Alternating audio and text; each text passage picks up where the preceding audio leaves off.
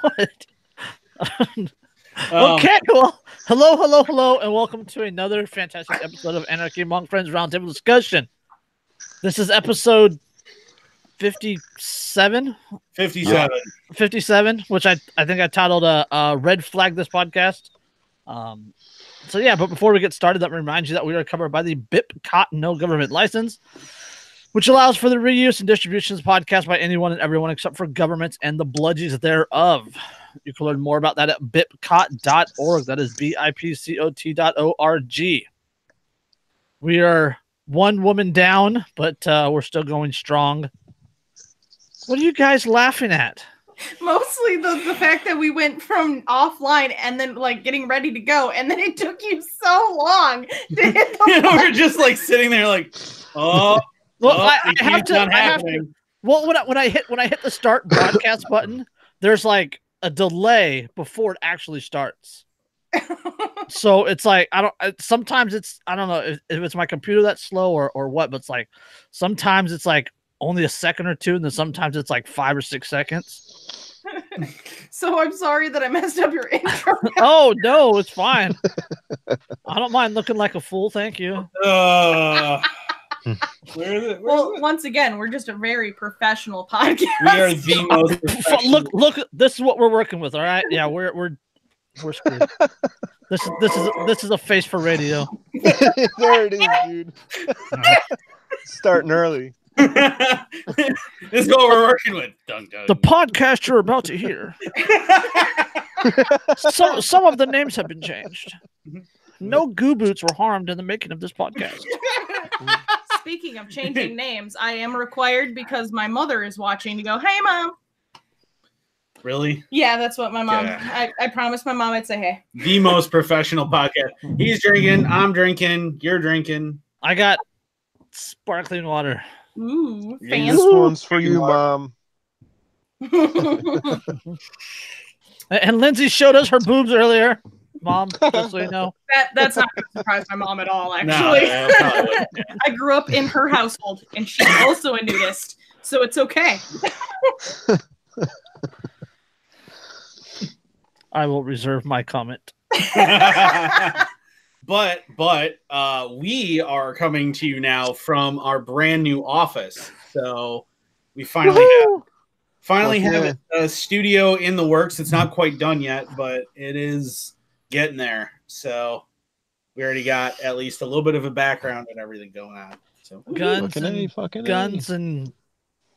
That's what's the better background. Lots of guns. and a human and a skull. So oh yeah, there is a human skull back there too. Oh yeah, I totally forgot about him. Nice. What was his name? That's Bob. It's Bob. Yeah, he's sitting on his desk at work. I don't know where Reginald went, but that one's Bob.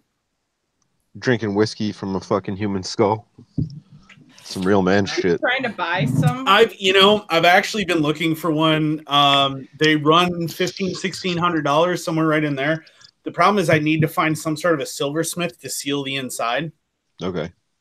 But that is definitely a thing that I'm going to have. Is in fact a skull goblet, a real human skull goblet.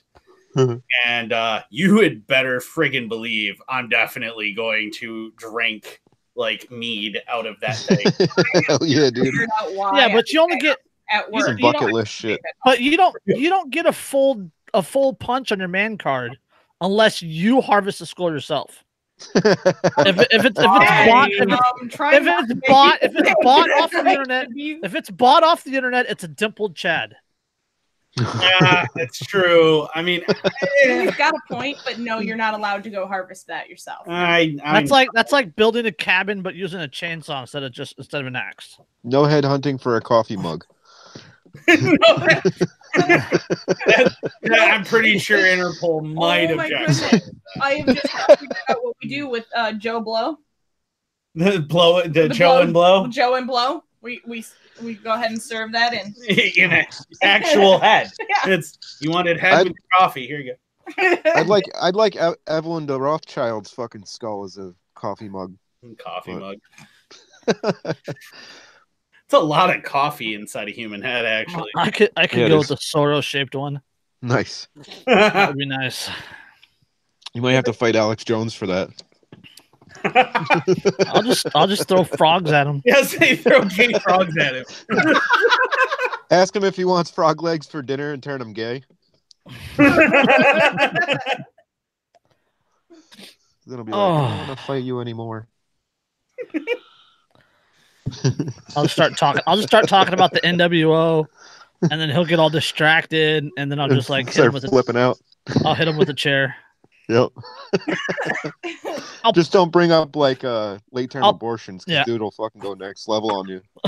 I'll poke him in the third eye. The fact, I gotta say, and I don't know if anybody else is with me on this, but I gotta say, I am really disappointed that Alex Jones has yet to be part of WrestleMania. Yeah, right. I'd love to. That is a thing that has to happen. Like, start a petition. If there is like if there is ever a reason to bring back the MTV Celebrity Death Match with the Claymations, yeah. That would be amazing. Like Alex Jones and Eddie Bravo. Oh, he whipped out the gay frogs. And Joe Rogan's like on commentary, just be like, "Whoa!" Like the whole time he's just stoned out of his gourd, unable to say anything.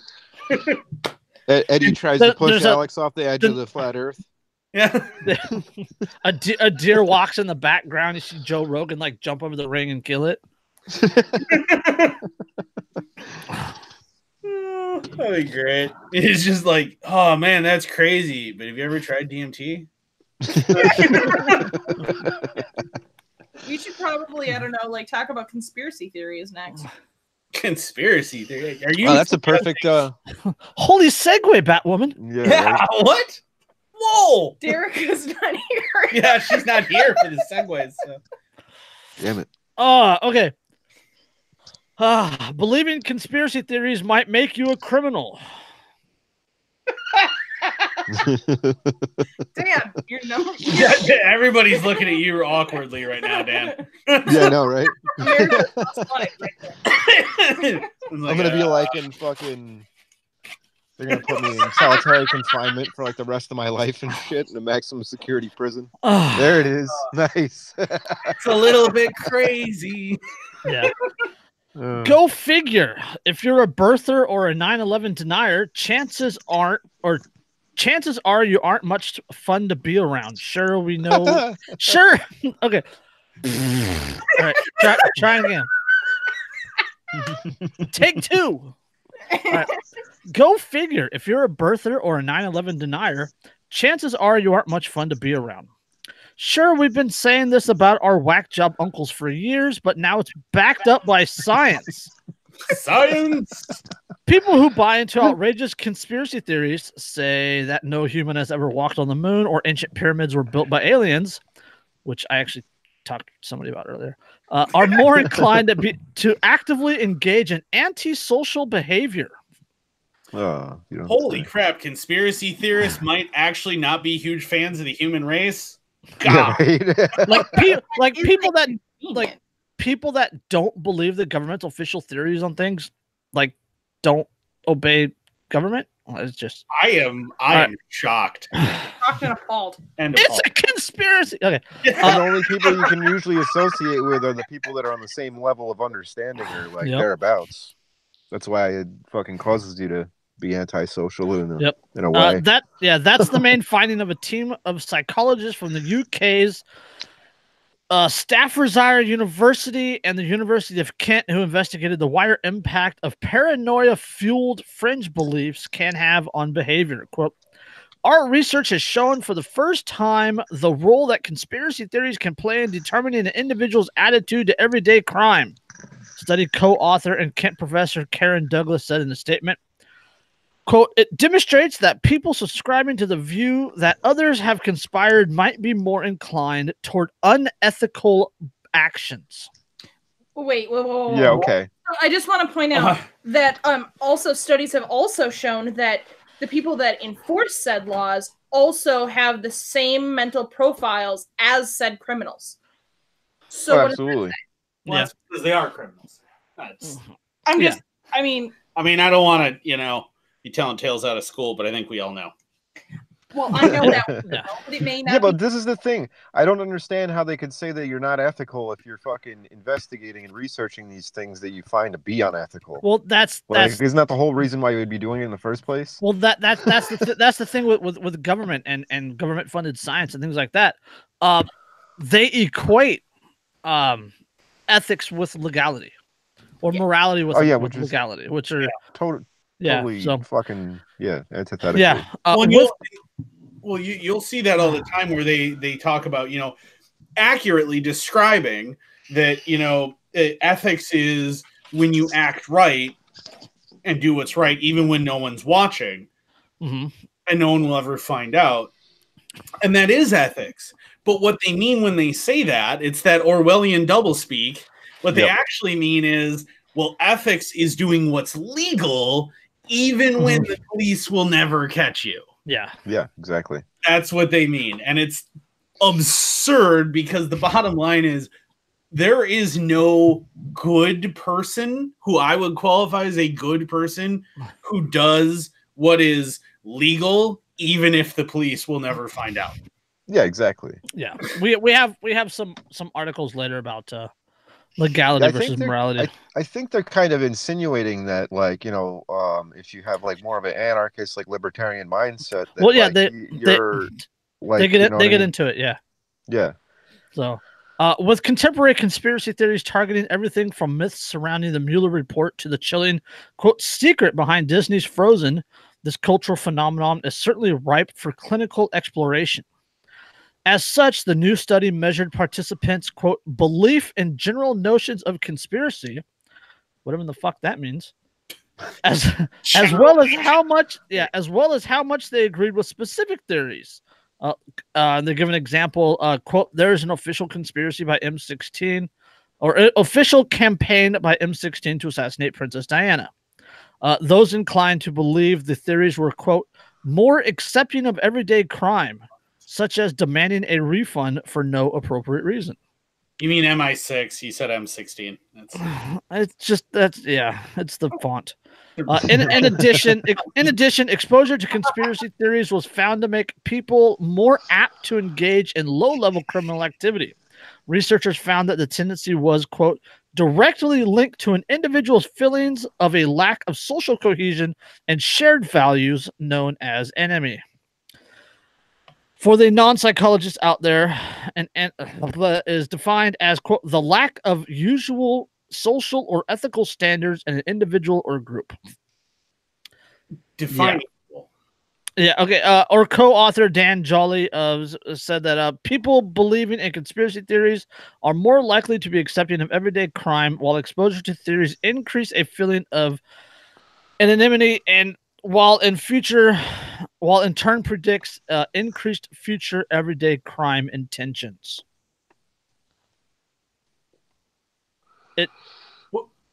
They're drawing a connection between the idea that you are inclined to already reject what everybody else is suggesting might be true. You're inclined to reject that. Yeah. And they're drawing a line between that tendency to reject that idea and you're more likely, therefore, to commit crimes. To commit low-level crime. Low-level crime. Low-level. Well, it doesn't define what a low-level crime is, but we can assume victimless is what it is. That was my take. Victimless, like, selling pot and that sort of BS. Like, that's although to be fair, it is also, it shouldn't surprise people that this came out of the UK, because the UK is like so hyper statist and so like they're so dedicated and have been for so long dedicated to this idea that you have to just submit to authority. I mean, they've literally like worshipped the monarchy for what? Since the 7th century? Yeah, dude, long fucking time. Fucking time. I mean, and the funny thing is that people don't think that the monarchy has the like same kind of power that they used to. It's just like they sold that image to the public, like they stepped down kind of thing and like handed over the reins to Parliament. Well, they're no longer. They kind of, sort of ish did, but they're no longer ordained by God, I think. Well, they still think they're ordained by God, and a lot of people still do think they're ordained by God, which is hilarious because they're like, oh, the English monarchy is ordained by God. You are aware that they're German. Yeah, exactly. Saxe-Coburg-Gotha. Yeah, Saxe-Coburg-Gotha. They're very German and have always been very German. In World War I, they changed it to Windsor because it was a little awkward to be fighting a German empire while you were German. Yeah, exactly. So they changed it. But yeah, even the House of Windsor can trace its line almost directly. You can go all the way back to the Tudors through them. I mean, and the Tudors Henry Tudor was actually the stepson? Well, Prince Philip, I think it is, or one of them. They go to like the Transylvanian castle that was Dracula's because I guess they're like from that bloodline. I guess they're related to him. I was like, oh, that's great. Oh, because there's newspaper articles about him like going there and like spending time there and shit. It's pretty crazy. But yeah, the thing that scares me about the whole fucking labeling a criminal to believe in conspiracy theories is like, it's like almost like Stalin-esque where like, they're thought crime in the idea. Yeah, they designate like somebody mentally ill because they, question the state or whatever, and then you'd end up in a fucking mental hospital for the rest of your life. Or we are questioning your commitment to the revolution, comrade. Yeah, exactly. It's fucking crazy, dude. You go to Gulag. But like, the UK is like beyond anything that was Orwell's like wildest fucking imagination, man. Well, and Orwell was even English, saw that coming. I mean, yeah. Well, yeah, he was part of the Fabian Society too. He was a freaking English socialist, even, and he saw that coming. He saw what was going to happen and the shift that was going to occur because he watched it happen with the Soviet Union, and he was like, "No, oh God!" And he watched it happen, and he knew it was going to happen, and he predicted it perfectly. Yep, because people are that predictable. Brett Goff likes my hat, you guys. Nice. I think they have like more CCT TV cameras, like more of them than like any other place in the fucking world. Oh like in London alone, I guess. Yeah. London... It's the most videoed country in the world, I believe. Yeah, London has actually surpassed Las Vegas as the most monitored city in the world. Yeah, surveilled. Yep. Yeah, surveilled. Yeah. So, there are more cameras per square mile than like Vegas. I mean, think about that. I mean, Las Vegas, right? Like casinos. Nothing happens there that they don't know about. Blah blah blah. And an entire city, London, surpasses that. I don't know about you, but I've worked in casinos, and S2 can see every like 3 feet. Oh yeah, I've worked in casinos. She's worked in trust that you can't do anything that they don't know about. They can actually zoom in and see a date on a penny that's on the floor. Oh yeah, crystal clear too. Got that topped, and MI5 and MI6 monitor the shit out of that. Let's jump back on the petty crime thing, and about this kind of study, this kind of belief, which I think we're now calling a conspiracy at this point. The irony. Hashtag irony. Banning the bands of the bands. Yeah. Well, that's why this is the perfect study, is because if you say that it was all a conspiracy, then clearly you're one of those people who's a criminal. Yeah. So this sort of study could be used, like we talked about thought crimes, right? And that could be used for drumroll red flag laws. Who Lindsey Graham is seeking to incentivize states to adopt confiscation laws. And you know what's funny? That mosque shooter guy, his whole manifesto kind of like set the table for them to be like, oh yeah, well, if you believe in conspiracy theories, then you're like this guy.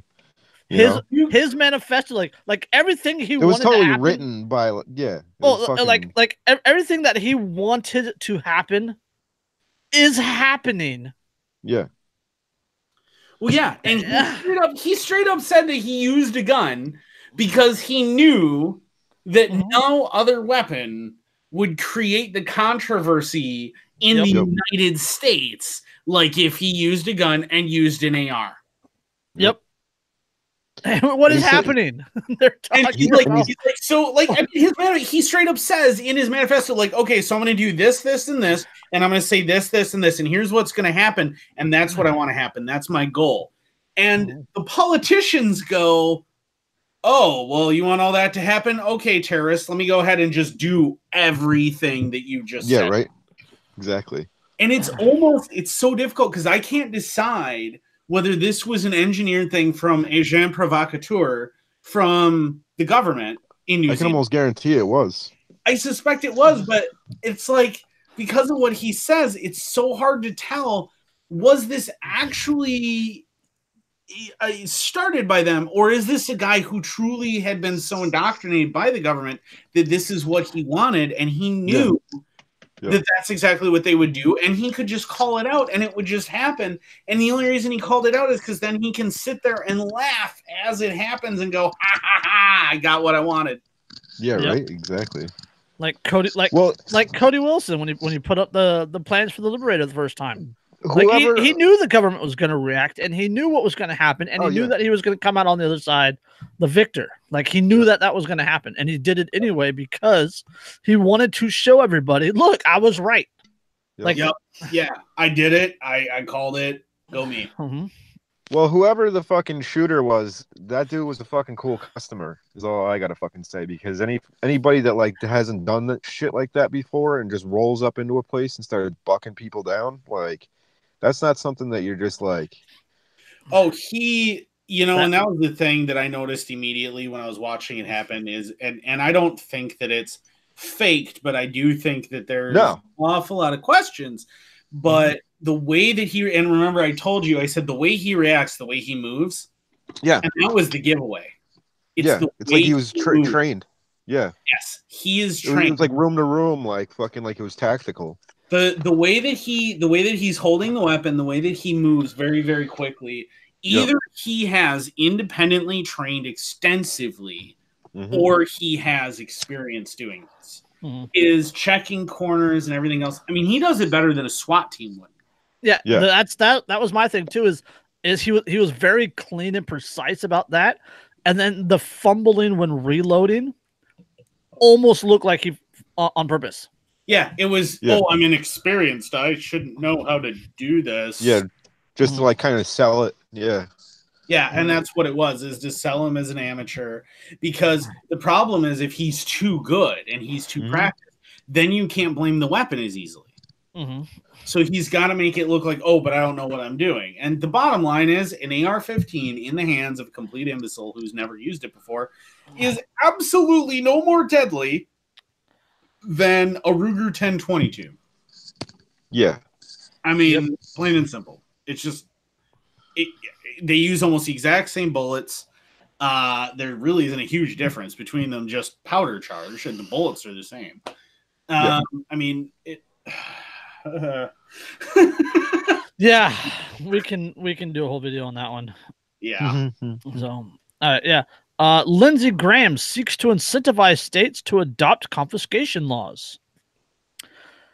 Senator Judiciary Committee Chairman Lindsey Graham, Republican out of South Carolina, seeks to incentivize states to adopt red flag laws following or allowing gun confiscation. I just want to reinforce Republican. Yeah, Daddy Warhawk. On Saturday, Breitbart News reported that Graham had given Democrats a green light for a March 26th hearing on the confiscatory gun laws. He told CNN that the gun confiscation laws represented a place where Republicans and Democrats can come together. Oh, I'm sure.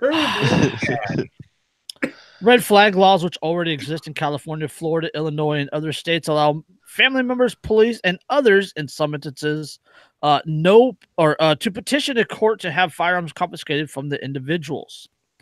The red flag law in California failed to stop the November 7, 2018 borderline bar and grill shooting, which killed 12 innocents. The law in Florida failed to stop the August 26, 2018 Jacksonville Landing shooting and the January 23rd, 2019 Sun Trust Bank shooting. A total of 8 innocents were killed in those 2 incidents. The red flag law in Illinois failed to stop February 15, 2019 Harry Pratt Company shooting and a myriad of other shootings on the south side of Chicago. But the laws are still being pushed as solutionary, and Graham wants to incentivize other states to adopt such laws. It makes perfect sense. Let's take all of the guns out of the good people's hands, and where that way they have no way to defend themselves. Well, that's the thing. That's the thing. These red flag laws, they're not taking them from good people. Yeah, they're but who decides that? Thought crimes. They do, and that's exactly it. It's totally subjective. Yeah, I wouldn't harm a freaking fly, but I guarantee you, if they look into my background and my psychological background, I am a red flag. Yeah, well, all they need is for somebody to call in and be like, "Well, this person's unstable, and I'd like you to go and take their firearms from them." Pretty much. Yeah. Like they don't really need a legitimate reason. It's just anybody can fucking rat on anybody. It's like. Like Nazi Germany or communist fucking Russia, you know what I mean? Or like the Stasi. Well, yeah, like Illinois and California, your kid's teacher can do it. Well, and crazy, look at what we're seeing on Facebook right now is where we're with the anarchist community. We're seeing a lot of people post about how their doctors are asking their kids if your parents have guns in the home. And there's no reason that a doctor for medical reasons legitimately needs to know this. Nope. But they know the kid won't lie. You know what I mean? Because the kid doesn't understand their fucking agenda. Here in California, they're required to put it on the questionnaire, but you're not required to answer it. But leaving it blank again, what state was that? I think it was federal. Remember, it was the Ninth Circuit Federal Court that ruled that even though you have the right to remain silent and not say anything to self-incriminate, staying quiet is implication. Wow. And that is exactly what we're seeing. Is we're seeing this move toward you must cooperate. You have to do something. By not saying anything, by not very Orwellian, very Orwellian. Yeah, totally, dude. Well, all suspects are guilty. Period. Otherwise, they wouldn't be suspects, would they? Like that's that's what we're seeing the move to. And what I just quoted is actually the opening to the cop spoof that used stormtroopers from Star Wars. Yeah, and. The fact that is actually how the government of the United States and the police, its bludgies, are starting to really, truly, openly think is horrifying, and it should be more horrifying to people every day. This idea that they're thinking of you immediately as, well, I suspect this person might do a crime, so I need to act. That's what a red flag is. The red flag. Oh, dude. I suspect. With or without any actual evidence, this entirely subjective thing, I suspect that you might do a crime. Therefore, I have to preemptively act. Oh, yeah. Well, dude, that's pretty much like what they were doing. Ella says that they do it here verbally in Indiana. They did it to my son a couple years ago. I assume that means asking about the guns. Yeah. Yeah, they love to do that. Sneak it in. Yeah, when I fucking dealt with that bullshit with the cops last fucking August, when I got a whole bunch of tickets and shit, and they end up dropping everything, the fucking cop pretty much insinuated that they were watching me. And I'm like, watching me for what? Like, what the fuck? Like, because he was like, where you been today? And I was like, I've been home all day. And he was like, no, you haven't, because I saw that your car wasn't here. I was like, what are you guys fucking driving by, like keeping an eye on me and shit? And he was like, he like kind of like gave me a weird look that like I was smart enough to catch on to what the fuck he was implying. Well, you know your response should have been, well, I don't know, I might have loaned it somebody. Yeah, right. I should have. I should have just shut the fuck up. But anyway, but anyway, with that whole thing, he was like, implying that they were like, keeping an eye on me, and I'm like, for what? Like, what the fuck do? I only hang out with my family and fucking go to work. Like, that's about it. Or on my Facebook. I'm a huge threat to fucking society. But anyway, like, I don't know. They used shit as leverage against me to fucking, like, you know what I mean? Like, be like, oh, well, it's going to be way worse if you don't cooperate, kind of thing. Oh, they love to pull that. Oh, well, if you're just honest with me, man, I can help you out. Exactly, dude. Exactly. You just tell me the truth. I can help. And what that means is, because you know what, in a former life, I've pulled that. So let me tell you what that means is, if you tell me and it's useful, I may consider not ruining your life. Yeah, exactly. Well, yeah.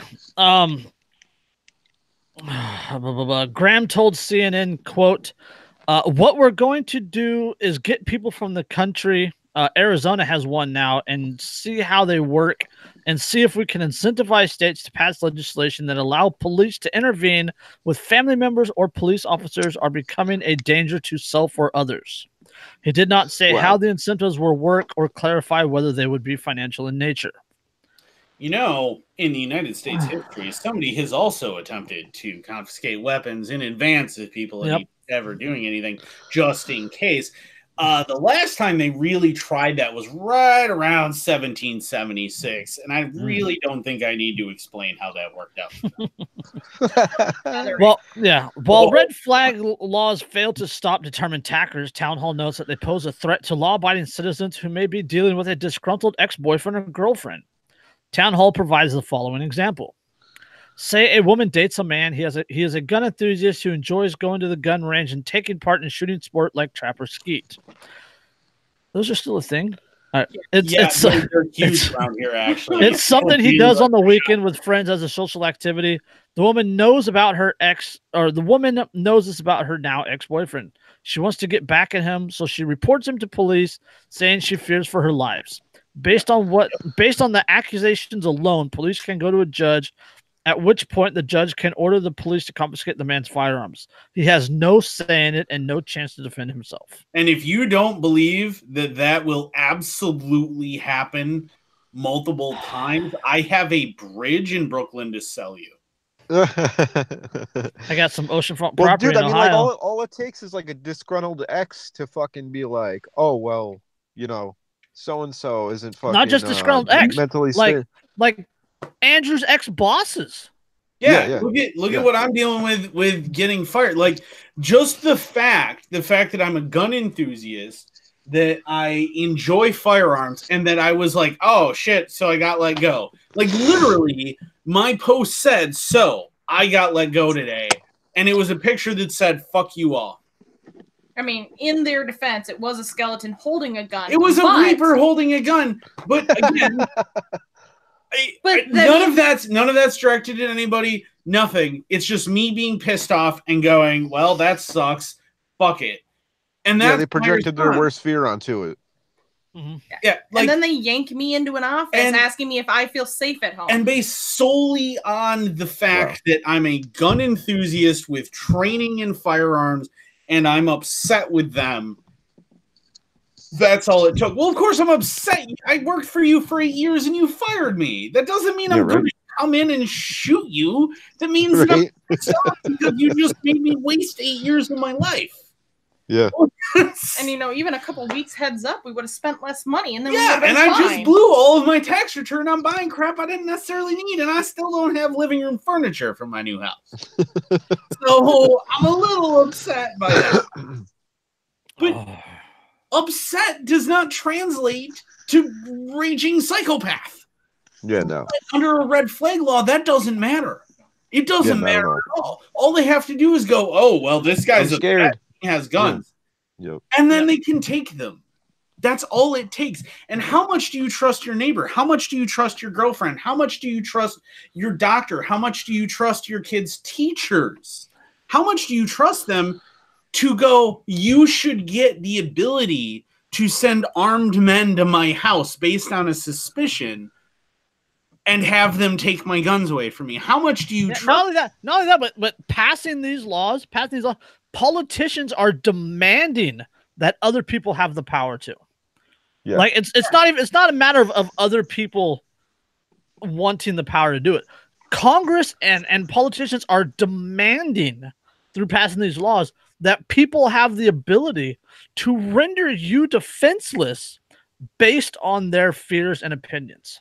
And do you really believe that they are doing that for your good or for your neighbor's good? Well, it's a sneaky way for them to do gun confiscation without having to do it en masse. Like they can just go door to door kind of thing, like picking people off. Exactly, and that's what it's about. Because if they do it concentrated, if it's a concentrated effort against gun owners unite. But that guy was scary.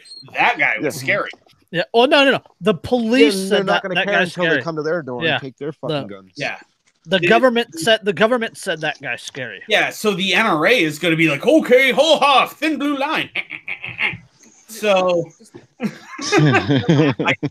the NRA. The NRA so much, those pieces. Hashtag not real activist. Yeah.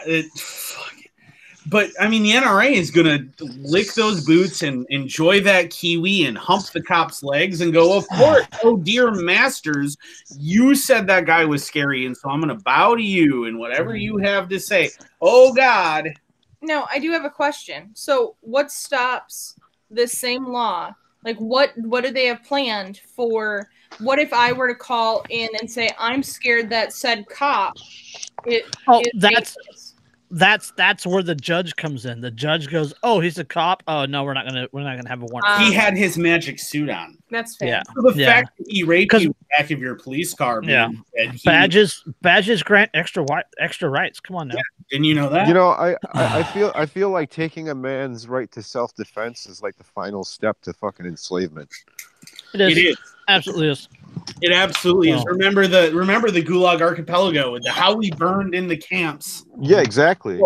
So realized, thinking about how if we defended ourselves in the fucking hallways and shit with fucking pokers. And, all we had done is defend ourselves. Yep. All right, last two paragraphs on this one, and we're gonna need a collective moment to catch our breath.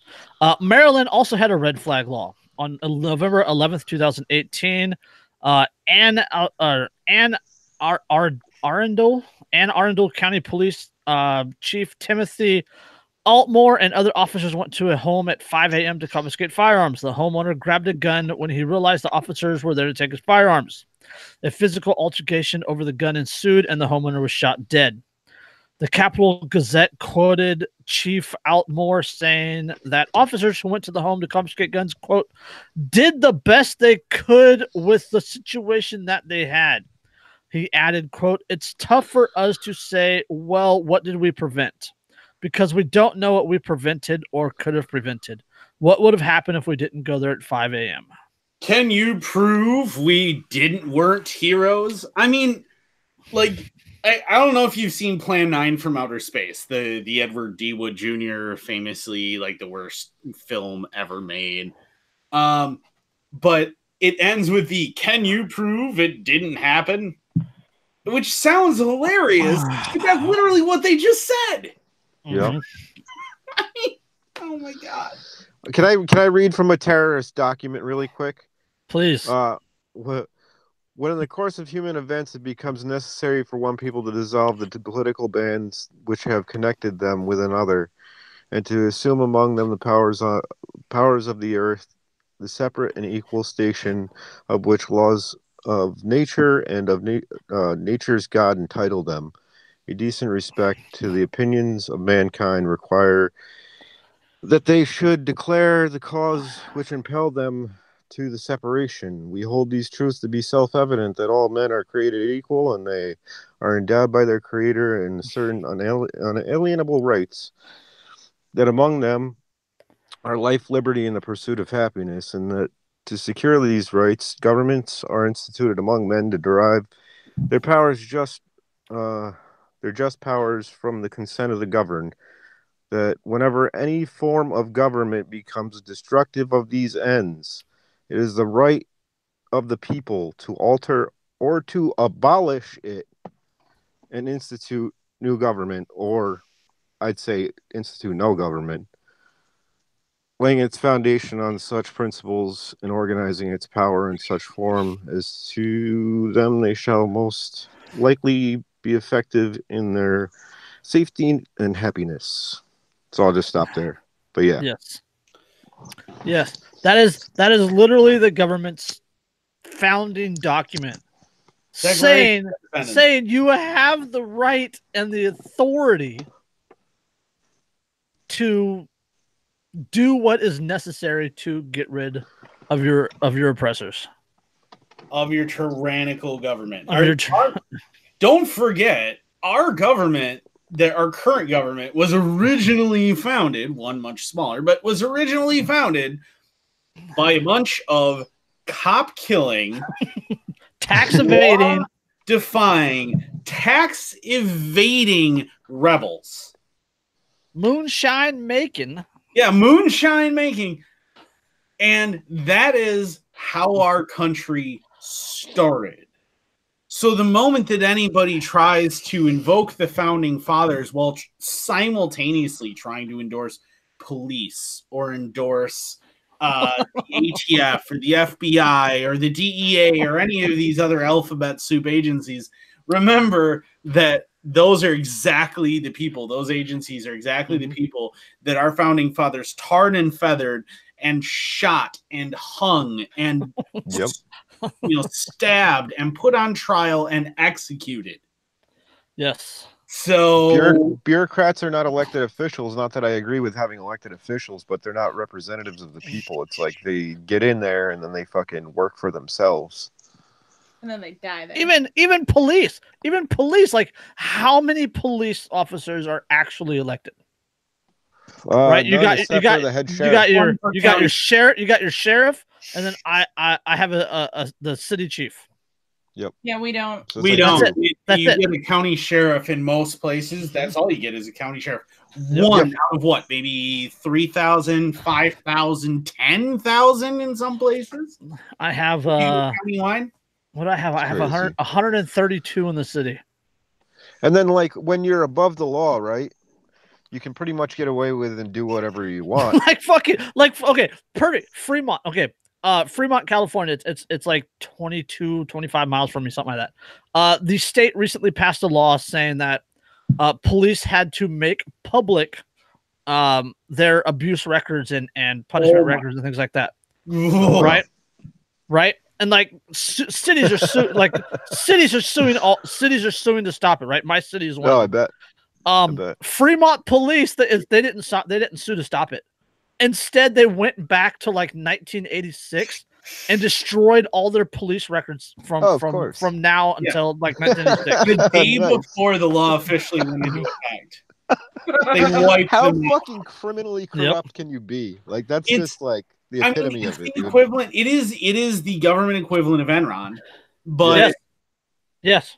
The thin blue line cop suckers will be perfectly happy to go, well, we don't know the whole story. Like what was in those records about Hillary? Yeah, it boggles my mind. It boggles my mind that the same people on the political right of America and the political left of America will sit there, and the people on the right will go, well, I hate the government getting involved in my life, but boy, those cops, we got to support them no matter what. I got your six there, cop, because I'm a friggin' retard. And then you have here's another perfect example of that, right? It has been ruled by SCOTUS like several times now, like 9 or 11 times now, that police have no obligation to help you. Yeah, right. Right. Their Warren BBC was the first one, and it's been reaffirmed by every major case. But in many states, it's against the law to not help a cop that is in trouble. Yeah. Wait, what? You are obligated to protect them. Yep. They are not obligated to protect you. But keep telling yourself that you're not a fucking slave. But dude, you know what? If they were on fire, I wouldn't piss on them to put them out. No, I would take the bladder infection. Fuck that. All right. Get lost. Get bent, cocksucker. America's paying for it. Mexican thieves rob U.S. border fence wire and use it to secure homes. I'm going to build this wall and the Mexicans will pay for it. Or take it. One of the two. I don't know. Enterprising Mexican thieves south of the U.S. border fence have stolen some of its barbed wire and used it to fortify homes in Tijuana. Catching the thieves in action has proven difficult. Although I do have to say, you're not really helping their cause here in the U.S. because it just kind of perpetuates the stereotype that they can't keep their hands off of things. Yeah. They're just stealing things. Right? Border Patrol turns around, their cars on blocks. What the hell? Those are even stock rims, you assholes. But it's not stealing, it's homesteaded. President These Donald niggas Trump even got like fucking narcotic fucking bazookas and shit. They shoot shit over the fucking border. T-shirt gun. Yeah, there was a lady using one of those T-shirt bazooka cannon thingies to shoot drugs and contraband into a jail. That's beautiful. That's awesome. Fucking glorious.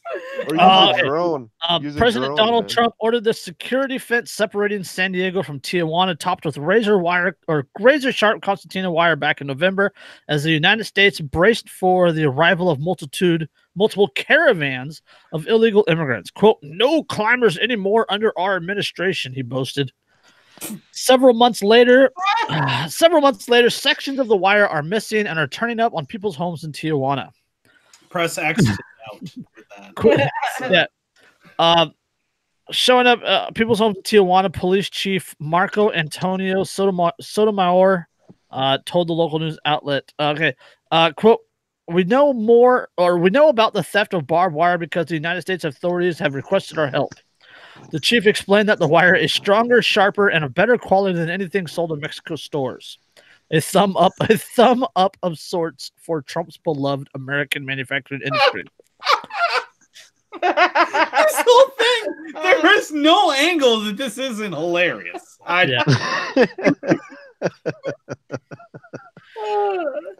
But in the spirit of, quote, innocent until proven guilty principle, the police chief added that he couldn't help their American colleagues as the thieves usually managed to slip away from the fence before his officers arrived on the scene. And we just can't tell this amazing improved wire from the other crap once it's installed. Meanwhile, footage from Mexican television showed the Tijuana houses newly wired up. Lo siento, pero no sé. I don't know. They're like the Santa Ana winds came in and it rolled, and it's there. It's just I don't know, man. It might have just wound up there. I have no idea. I can't be sure. Pablo came home from Home Depot with that shit, man. Yes. I don't know. Wait, maybe you brought it over? I have no idea. Yeah. U.S. contractors were busy at work replacing the missing sections of wire on Monday morning, the Los Angeles Times reported. Its reporters also saw homes just feet away on the Mexican side decked out in what appeared to be freshly stolen barbed wire. Literally feet.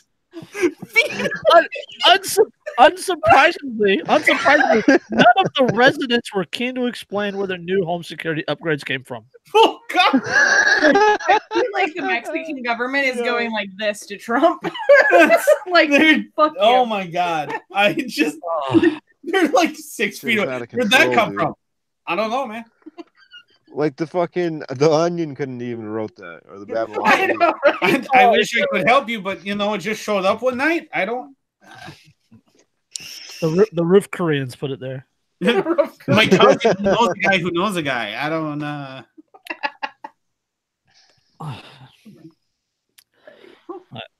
Have you guys ever actually dug into what Trump wants to do with the border? No.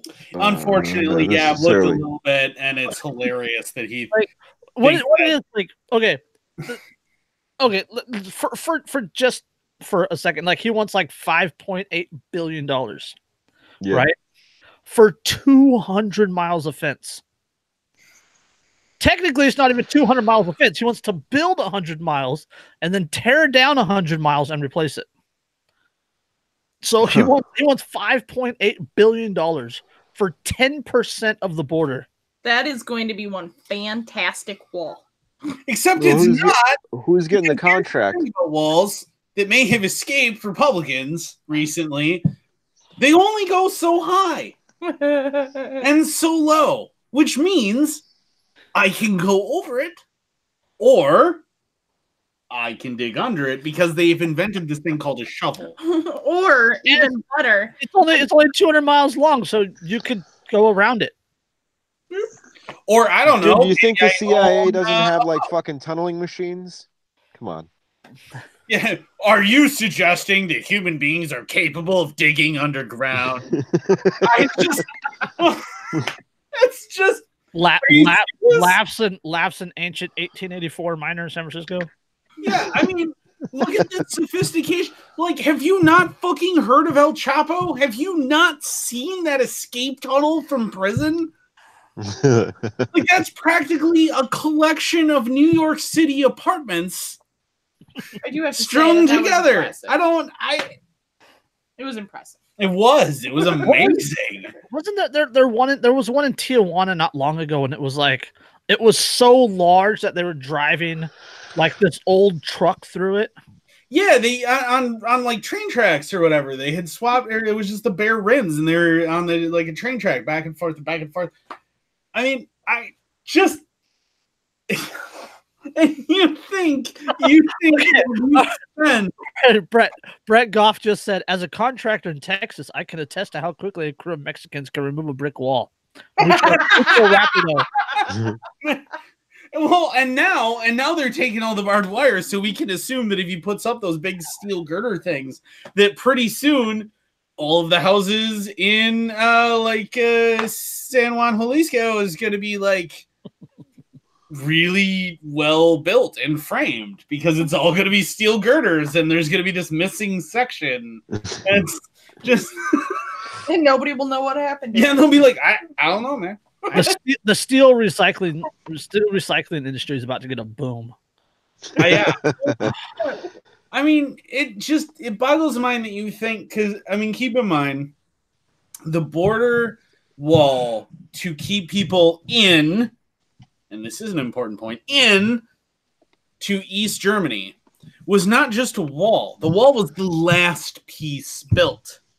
You had barbed wire, you had open sand with lights that were a kill zone, you had crash rock, you had other fences, and you actually had like a quarter-mile like most extreme elimination challenge to get through to get to West Germany. Yeah, that shit was no joke, dude. But the wall was the last bit. And what this guy is proposing is that I'm going to take just the last afterthought bit here, and that's going to be enough. Really? What, are you unaware of like literally all of human history? I don't. One of my favorite memes is, "Hey, there's no Mexicans in China." Yeah. I mean, it's probably or Israel, dude. Want to point out, or Israel. Yeah, this guy and his supporters apparently are under the impression that human beings only travel by Roomba. And so all it takes is a wall to change the course. What they need to do is they need to pass like 3 laws about border travel, and then when people try to drive across the border, they'll just stop because laws stop people from doing things. Yeah, we just got to make things illegal hard enough. Like I mean, not to be like statist or anything, but I mean, like Eisenhower got the shit done by just enforcing the fucking immigration laws that were on the books. I mean, if they really have an issue with the whole thing and want to address the fucking but the thing is influx. Up until what, 1936? 36, right? 1936, it was basically open borders for the United States. And so you could come as you pleased and you could immigrate and everything was fine. And the economy boomed. And yes, people struggled and things were hard, but you had so much cheap labor, particularly from, I don't know, the Irish. You had so much cheap labor that you built amazing things. You had New York explode in development.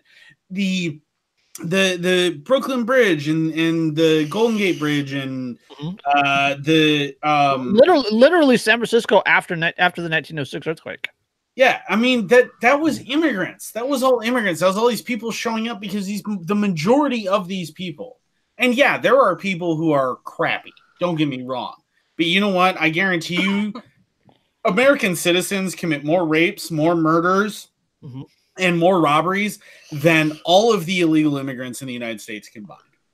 So I don't think that statistically that concerns. Well, that's not really a fair comparison because they're a minority in terms of like the, in comparison to the population en masse. Even if you account for population, they don't commit crimes at a higher rate than American citizens, and in fact commit crimes at a lower rate than American citizens. And the large reason for that is the reason that if I am a guy from Guadalajara who has managed to fight my way all the way through Mexico, crossed a barren desert in the middle of nowhere to make it into America, I didn't do this because I wanted to rob people. Because if I'm that kind of person, I don't need to go through like that kind of effort. I don't need to go through that Herculean thing. I can bribe people to get a ride. I'm going to come here in a fucking limo. All right? If I'm that big a criminal, I don't need to worry about it. Well, the other... Now, what if they empty out their jails and their fucking mental hospitals and they facilitate those people fucking coming to our country? Like, you know what I mean? Like the Cubans did that shit. They emptied their jails and shit and allowed them to come to the United States. And Castro did that. You gotta like worry about that too. I'm not saying that I don't want people to come here for a better life, but it's like you can't just leave yourself exposed like that to let other countries dump their fucking waste in your. But here's the other side of this though, is that not only that people have started like banning people from coming over to this country. How much of California has seen a bunch of stuff in the fields go bad? They have too much food in the fields and nobody to pick the goddamn shit because nobody's willing to. Look at what's happening. Look at what's happening in Wisconsin here, closer to home with Ocean Spray. Ocean Spray can't get all their cranberries in because they don't have the workers, because Americans don't want to do the job, and now they can't get anybody who's willing to do the job for a price that they're willing to pay. Yep. And the bottom line is when goods and services do not cross imaginary lines, soldiers are going to cross imaginary lines. So if you have now banned good people from coming across this line, coming north to just work, and you've made it, I mean, I don't know if you know how hard it is to become an American citizen, but it's... Oh, yeah, I know. Mind-blowingly insane.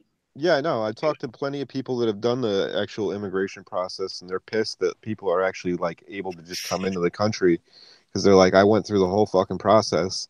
Right. And then, like, now these people are just coming in, getting driver's IDs and allowed to vote and all this shit. And they're probably more pissed off than people that were born here.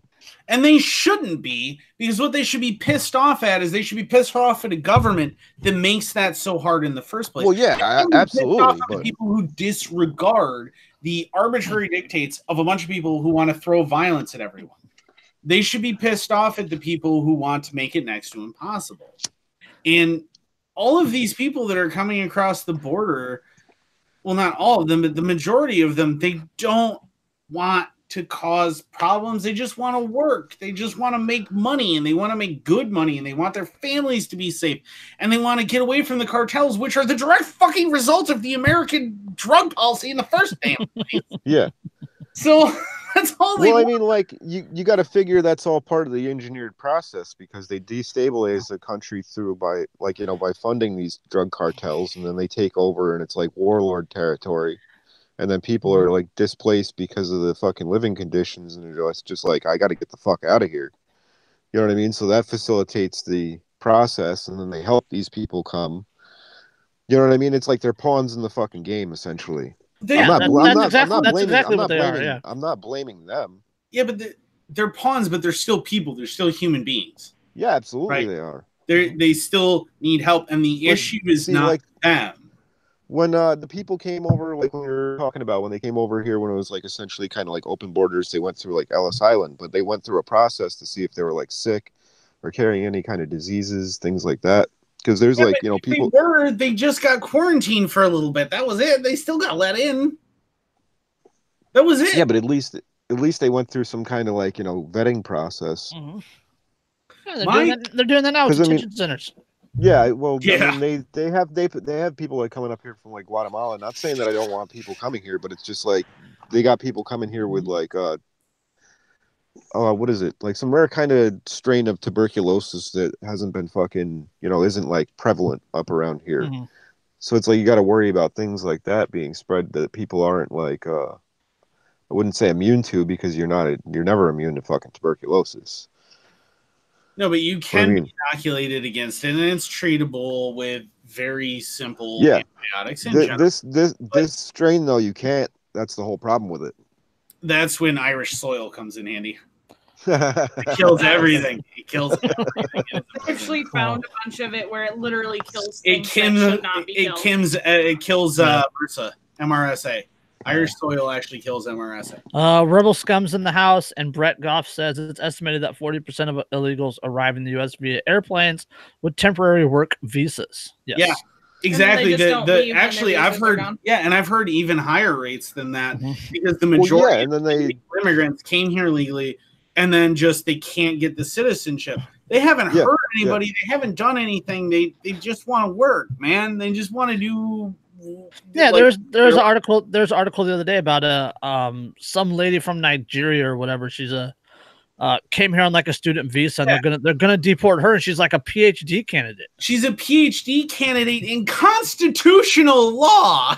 Yeah. All right. I mean, I don't mind people coming here, like, you know, to fucking help make things better, because I mean, there's people from other countries that have brilliant minds. You know what I mean? And it's like that's not a bad thing. Here's my attitude to it. Is the bottom line is this: I prefer the dangers attending too much liberty to the slavery that results from too small a degree. Hey, and my quick 2 cents is that if governments didn't exist, people wouldn't migrate. They would generally stay where they live, and so.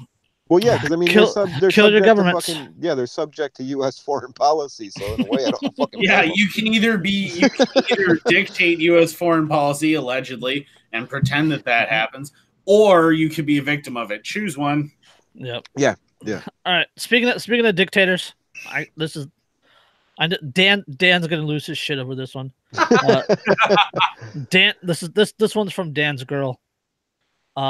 AOC suggests members of Congress should get paid more. Oh God! The majority of Americans want the complete opposite. Who would have predicted? Well, don't they okay their own raises? So I don't understand what the fuck she's talking about. Like complaining about how they need to get paid more. They okay their own raises for the next sitting session of Congress. They can't okay raises for the current one. It's okay. Yeah, but still, they get paid too much as it is. Yeah, they're not doing anything. Hold on. AOC suggests that salaries for members of Congress should be increased to ease the financial burden on members and to curb the incentive to cheat. She's literally saying, if you people don't give me more of your money, I'm going to go ahead and take bribes from them and work. And don't forget, Congress can do insider trading. I mean, it's just AOC first brought attention to the finances of lawmakers after the midterm elections with stories about how her financial struggles during the transition period between the election and the swearing in of new Congress. The New York Progressive again drew attention to the pay on Capitol Hill by announcing that staffers in her office would make at least $52,000, well above average. In a tweet on March 13th, AOC went even further, arguing for an increase in lawmaker pay. AOC said that, quote, raising staffer pay helps get money out of politics. What? And that increasing the salaries for members of Congress would do the same. Right. Okay. Quote, members are paid more than average, but jobs require 2 residencies. Plus, we can't take tax deductions for work costs. No one wants to be the one to bring up increases, so instead people take advantage of insider trading loopholes and don't close them for the extra cash.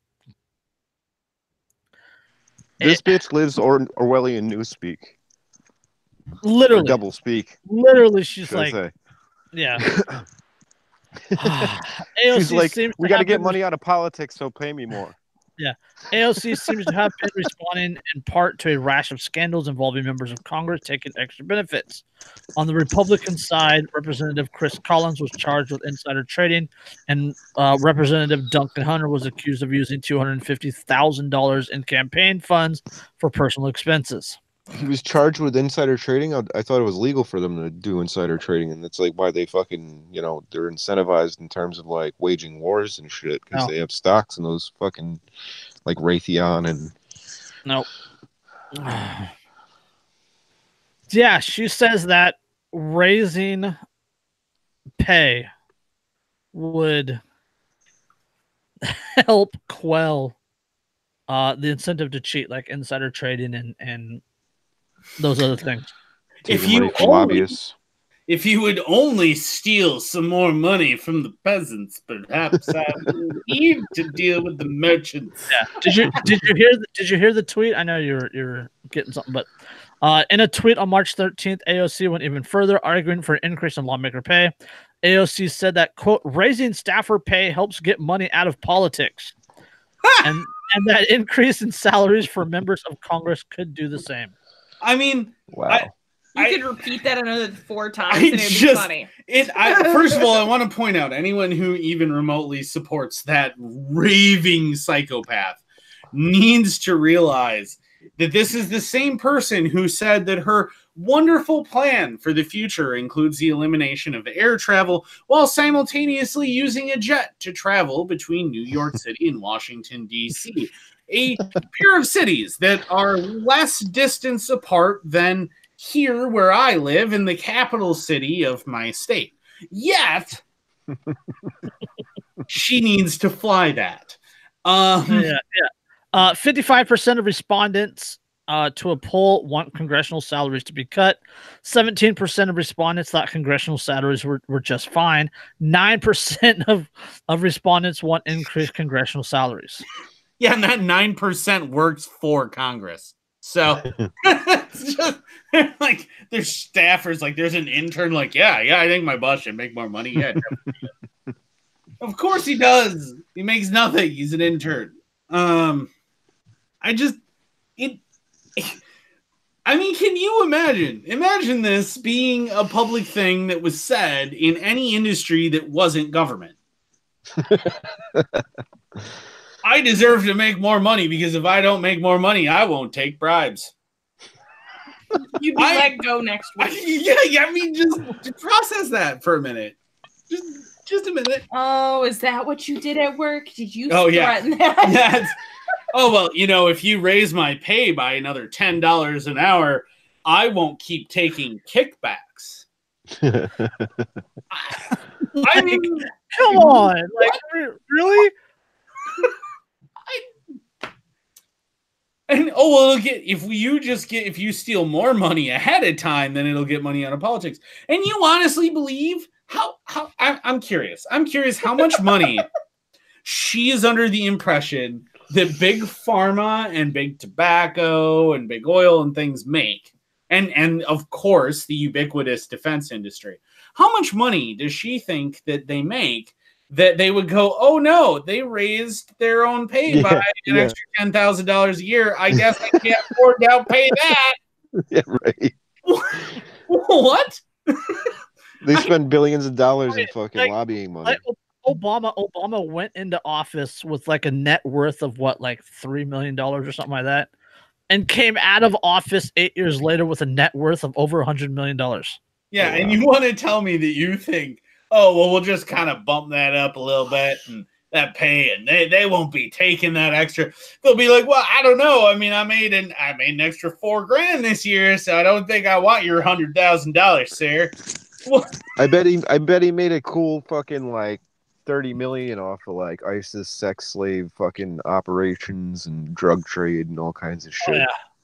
Oh, are you kidding? The biggest payers, but that's the thing, is the biggest payers are the internal ones. Mm-hmm. It's the internal ones, and it's the Defense Department. You have no idea how many money. Like how many congressmen go on to become lobbyists? Yeah. Or get executive positions in some of these top companies. And how many people from top companies end up becoming lobbyists or politicians? Yeah. Yep. Like look at door. For a perfect example, look at the tie between Congress, the Ag Department, and Monsanto.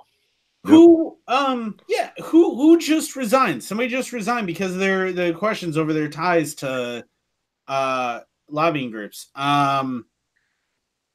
Was that the head of the USDA?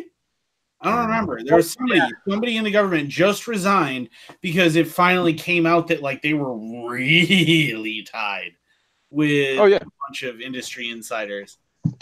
Well, then you got like a revolving door with things like Goldman Sachs and the Federal Reserve. You know what I mean? It's like that Ivana's husband was a Goldman Sachs executive. I mean, who? Look, I mean, Jared, whatever his face is. Kushner? Yeah. Oh, no shit. I didn't know that. Yeah, I mean, look at... big business and government have always been tied together in the United States and in the world. I mean, legitimately, they have. You don't get away through all of human history. Whenever government exists, you do not disconnect the people who have tons of money from the people who have hold the power. That never happens. Whenever people with the power to coerce others exist, big money always connects. I mean, going back, of course, you can go to the 4th century, the 7th century in Europe, and you see the big merchant families always intermarrying with the nobles because, of course, they do. They have the money. Dowries. They have dowries. They have money. They have the incentive, right? That always happened. You go back to Rome, the same thing happens. You go back to before Rome, you can go to early Carthage, and the same thing is happening. And Egypt, and the same thing is happening, and they never get away from it. And yet somehow people think, well, if we just steal enough money from the people in the United States now, magically, all of this entire human history will be eliminated. Really? Like this one, I can't decide if this woman's just done a whole lot of bad trips on shrooms, maybe, or some of the gas from her farts are going to her brain. Yeah, something, man. Well, I mean, look at the look that'll at be her fixed by again, just taxing the cows and their farts. I mean, it's a thing. It could have been fixed a lot earlier with Darwin. Well, and sadly, like I have an aunt who seems to think that AOC is just the greatest thing ever, which is hilarious that the rest of the family is like, the rest of my family is like, really? Bless your soul. Yeah, well, like my mom said that when she's talking to her own sister about it, and she's like, and my aunt's like, well, it's just nice to see somebody who thinks outside the box, and she's like, yeah, she's way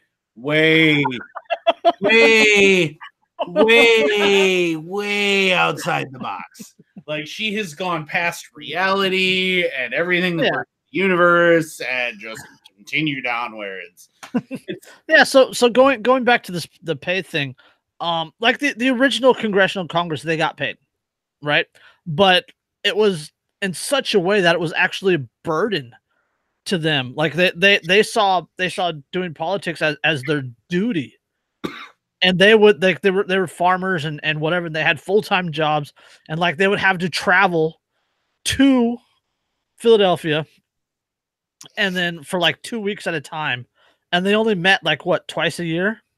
Yeah, they could only meet a couple of times a year because they had to go. And I mean, and the thing is, like, don't get me wrong, you see, it's better off that way. Yeah, even in early American government, you see almost nothing but well-to-do families being the ones who are in charge. I mean, the whole reason that Benedict Arnold was such a traitor is he had loaned tons and tons and tons of money to the Continental Congress and basically got screwed out of it all and got pissed off. And he was an arrogant prick anyway, but that's why he did what he did. George Washington inherited a bunch of stuff from his brother, who is a successful businessman, married a rich widow, Martha, and made a ton of money that way. And so he was rich in his own right. Thomas Jefferson owned plantations and things. He was rich in his own right. All of these people are businessmen, but every single one of them at the beginning of the United States goes, well, I have to take time away from my business to go run the country. I have to go do this, but it's my obligation. I have to. And so I will take the cut in pay. I will take the cut in profitability and everything to go do this. Yeah, and in 1789, they had a per diem of 50 cents. Yeah. Like, think about that. 1795, the per diem for representatives went up to $1, and the per diem for senators went up to $7. Whoa. Well, what's the equivalent nowadays? I'm going to say 100 and... okay, 1850, the per annum was $1,500. The equivalent in 2014 dollars is $19,084. 20 grand. Yeah. That's like nothing. 1855, they had a per annum of $3,000. That is the equivalent of $75,000. I mean, think about the fact that the president of the United States makes $400,000 a year. Mm-hmm. $400,000. But Obama came out, 15 times value? Yeah. At $400,000. Now, I am not a mathematician. At the same time, weren't we talking about if we won the lottery and we just even stuck $1 million and invested it properly, we would end up being way ahead of the he definitely invested things properly. Well, I mean, but I'm just saying, I'm playing devil's advocate here because obviously I'm totally on your guys' side, but no one, no one has investments to pay off that well. Yeah, 1990, the per annum was $98,400, which is the equivalent of $175,000. Also, I just want to point out that 29 years ago, we have seen a degradation in the value of our dollar of that much. I mean, consider that. Yeah, okay, it went up. Okay, let's see. I'm looking at this right now. 1987, it went up to 89,500, which is the equivalent of 183,000. It went up in 90 twice, 91 three times or twice. It went up in 92, 93, 98, 2000, 2001, 2002, 2003, 2004, 2005, 2006, 2008. And it has been frozen since 2009. And I want to point out per diem is not the same thing as what they get paid. No, per annum. Oh, it's per annum? Okay. I was going to say, because per diem is not the same thing as what they get paid. The per diem is you have a certain amount that you can spend for your duties doing this job, and we will reimburse you for that. Yes. That's all per diem is. Let's see. The last time they got per diem was 1818.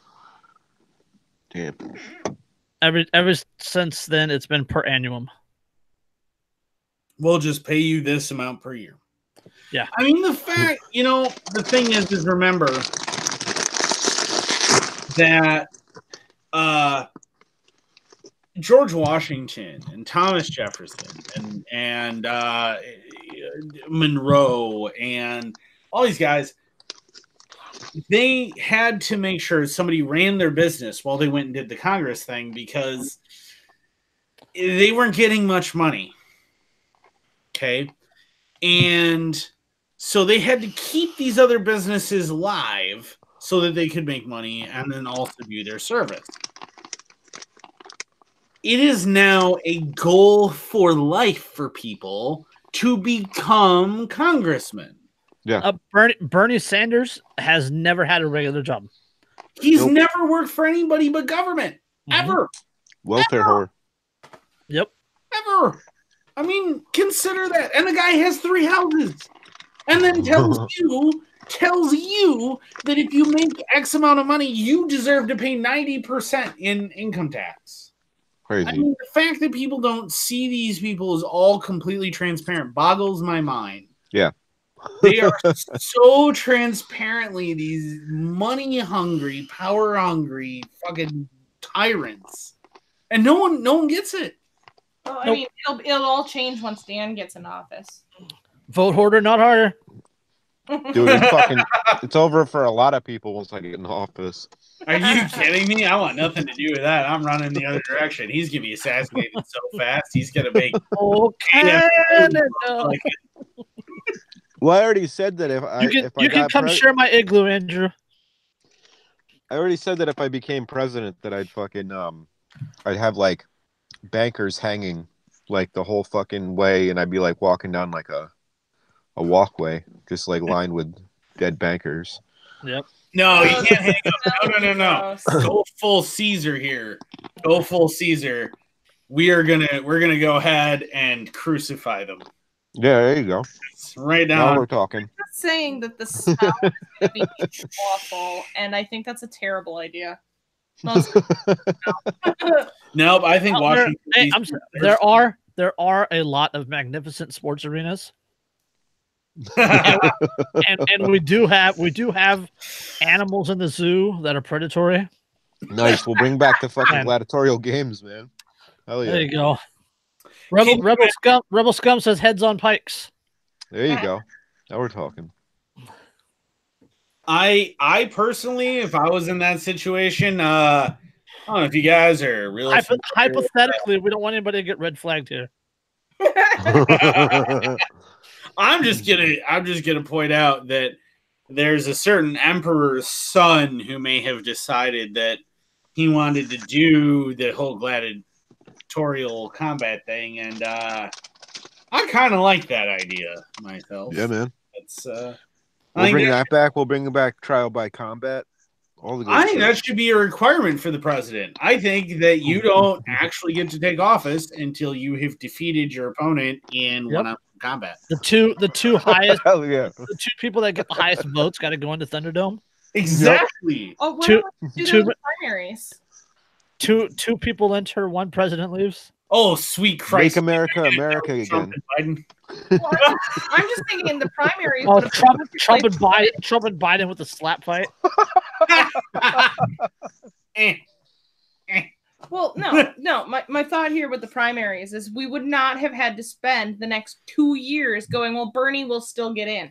Yeah, here's how Bernie Sanders could still. Can you imagine gutted on the floor, the sands of the arena? Here's how Bernie could still win. I could see Trump scalping Elizabeth Warren.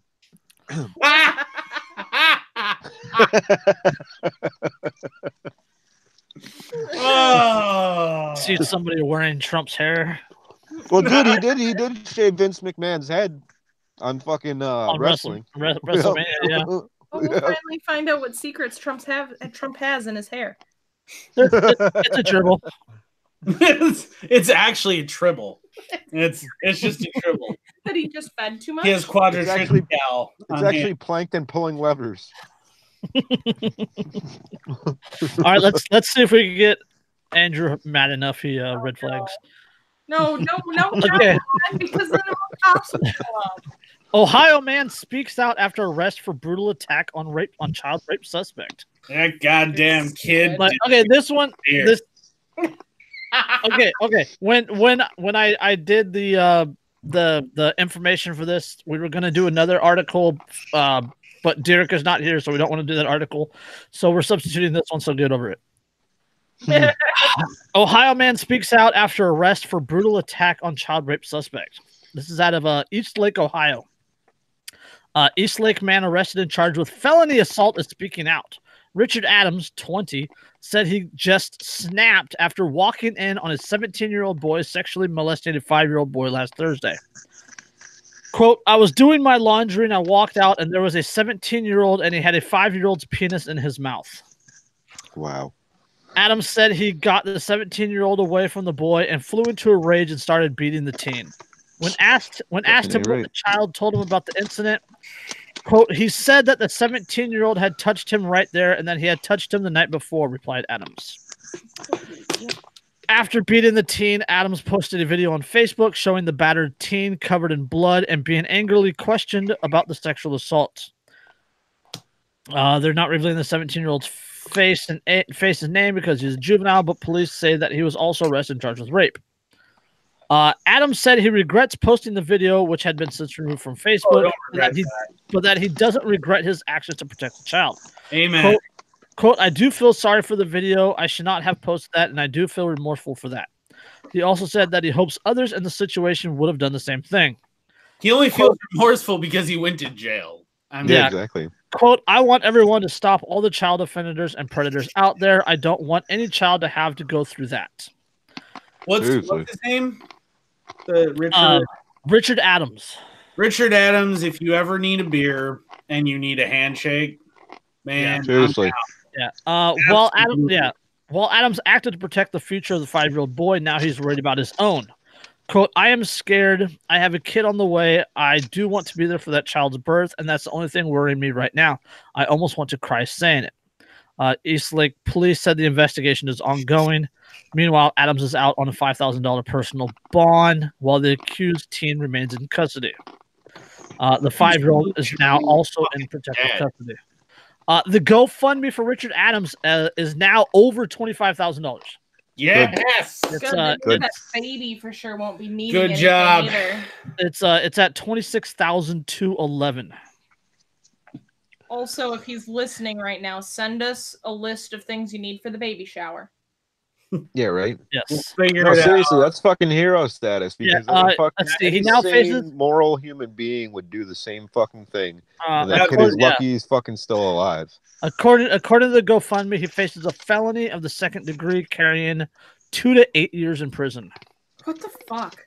Wow, dude, he should be commended as a fucking hero. Yeah, that kid. You know what? He deserves a handshake, a medal, a beer. That's literally what every single comment on the GoFundMe is. Yeah, it's all about, hey, good job, blah blah blah blah. You did the right thing. He did the right thing. Now, the beautiful thing is, as concerned as I am about this, and as much as he doesn't deserve this, 2 huge things for him. Number one that he needs to keep in mind is there are a hell of a lot of very scary people who absolutely support what he did. He doesn't need to worry too much. Mm-hmm. Number 2 is he'd be respected in jail. Well, he'll never go to prison for this. Oh, no jury. I would absolutely take this to a jury trial. Yeah, do not. Seriously, dude, if you somehow wind up watching this, man, do not plea bargain because you go to a jury trial and there is no jury in the entire United States. There is no jury that is going to hear the details of this case and convict you. Yeah. No. If he even gets it, if his defending lawyer even mentions taking the deal, that lawyer needs to be strung up with the cops that arrested him. Exactly, and that's my opinion. I think the cops that arrested him, I think their photos, they need to turn in the badge. Their identities need to be outed. Everyone needs to know who these pieces of shit are. Everyone needs to know they cannot be trusted. They cannot be believed in. They are not out for public safety. They are out for themselves. Yep. And everyone needs to know that. And their lives need to be utterly and completely destroyed. Yes. Because absolutely. They were to arrest someone who's catching a 5-year-old child. Yes. the cops need to be doxxed like a motherfucker. And I hate to like bring up personal shit, but as a victim of child molestation at a 3-year-old status from a 19-year-old kid, he got 5 years. Not because of me, but because his little brother was found molesting his little sister because he had molested him. I'm sorry, but that motherfucker should have rotted. Yeah. He didn't. But this kid is being threatened for saving basically somebody like me. Nah. And everyone involved, everyone active in the anarchist community, we all know how much that right now in particular. We all know how deep this is hitting right now because we all know what's happening. Every one of us. We all know. I don't even need to say his name, and I refuse to say his fucking name because fuck that piece of shit. Yep. Yeah, absolutely, dude. We all know who he is. We all know what the fuck he did.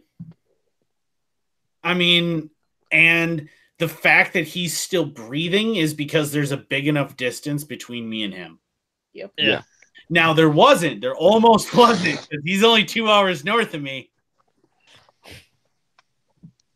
But he didn't run south like I needed him to. He's in St. Paul.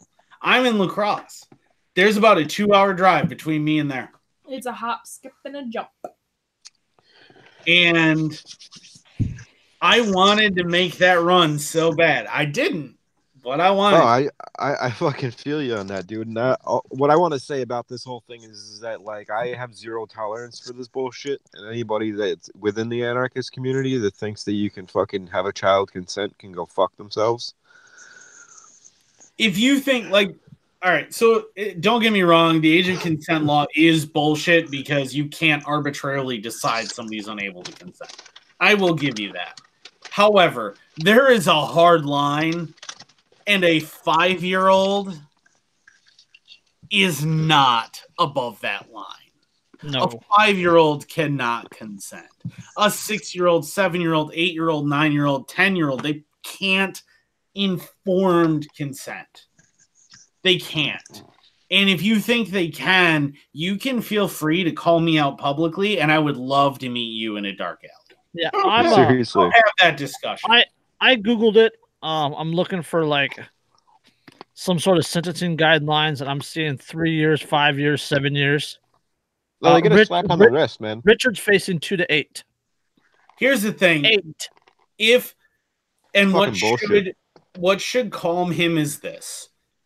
One, he's morally right. Above everything else and everything that he is facing, he is absolutely morally right, and he should never hang his head for what he did, ever, regardless of what the government does to him. Mm-hmm. Ever. Never hang your head, never regret that, and never shy away from the fact of owning that you defended a child. And on top of that, even if he goes to jury trial and somehow that jury is a bunch of complete blithering idiots, let's say hypothetically, and that's not going to happen, I can guarantee. Oh, God, no. But even let's say that does, none of the prisoners are ever going to screw with you for what you did. Mm-mm. And you will have probably 50 grand in your commissary. Yeah, right. So you will live comfortably as hell. Well, that's kind of the whole thing in prison is that they have like a code that like pedos are like in the fucking, like, you know what I mean? Like if you get found out that you fucked with a kid and you're in jail, they will fucking straight up kill you. That's why they don't put pedos in Gen 5. The jail, it's a little bit less, but once you go to like the state prison level or the federal level, oh, you're toast. Oh, yeah, the jail that I was in the last time I was in jail, not that I've ever been arrested, obviously it's public knowledge, whatever. I don't say.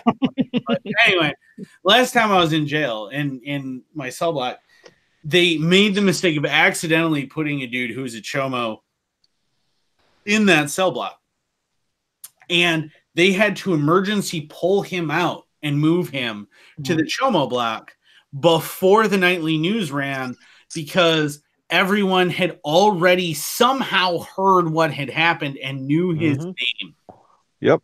And so when they found out, gets around quick, man. Everyone was planning on making sure that he didn't make it through the night.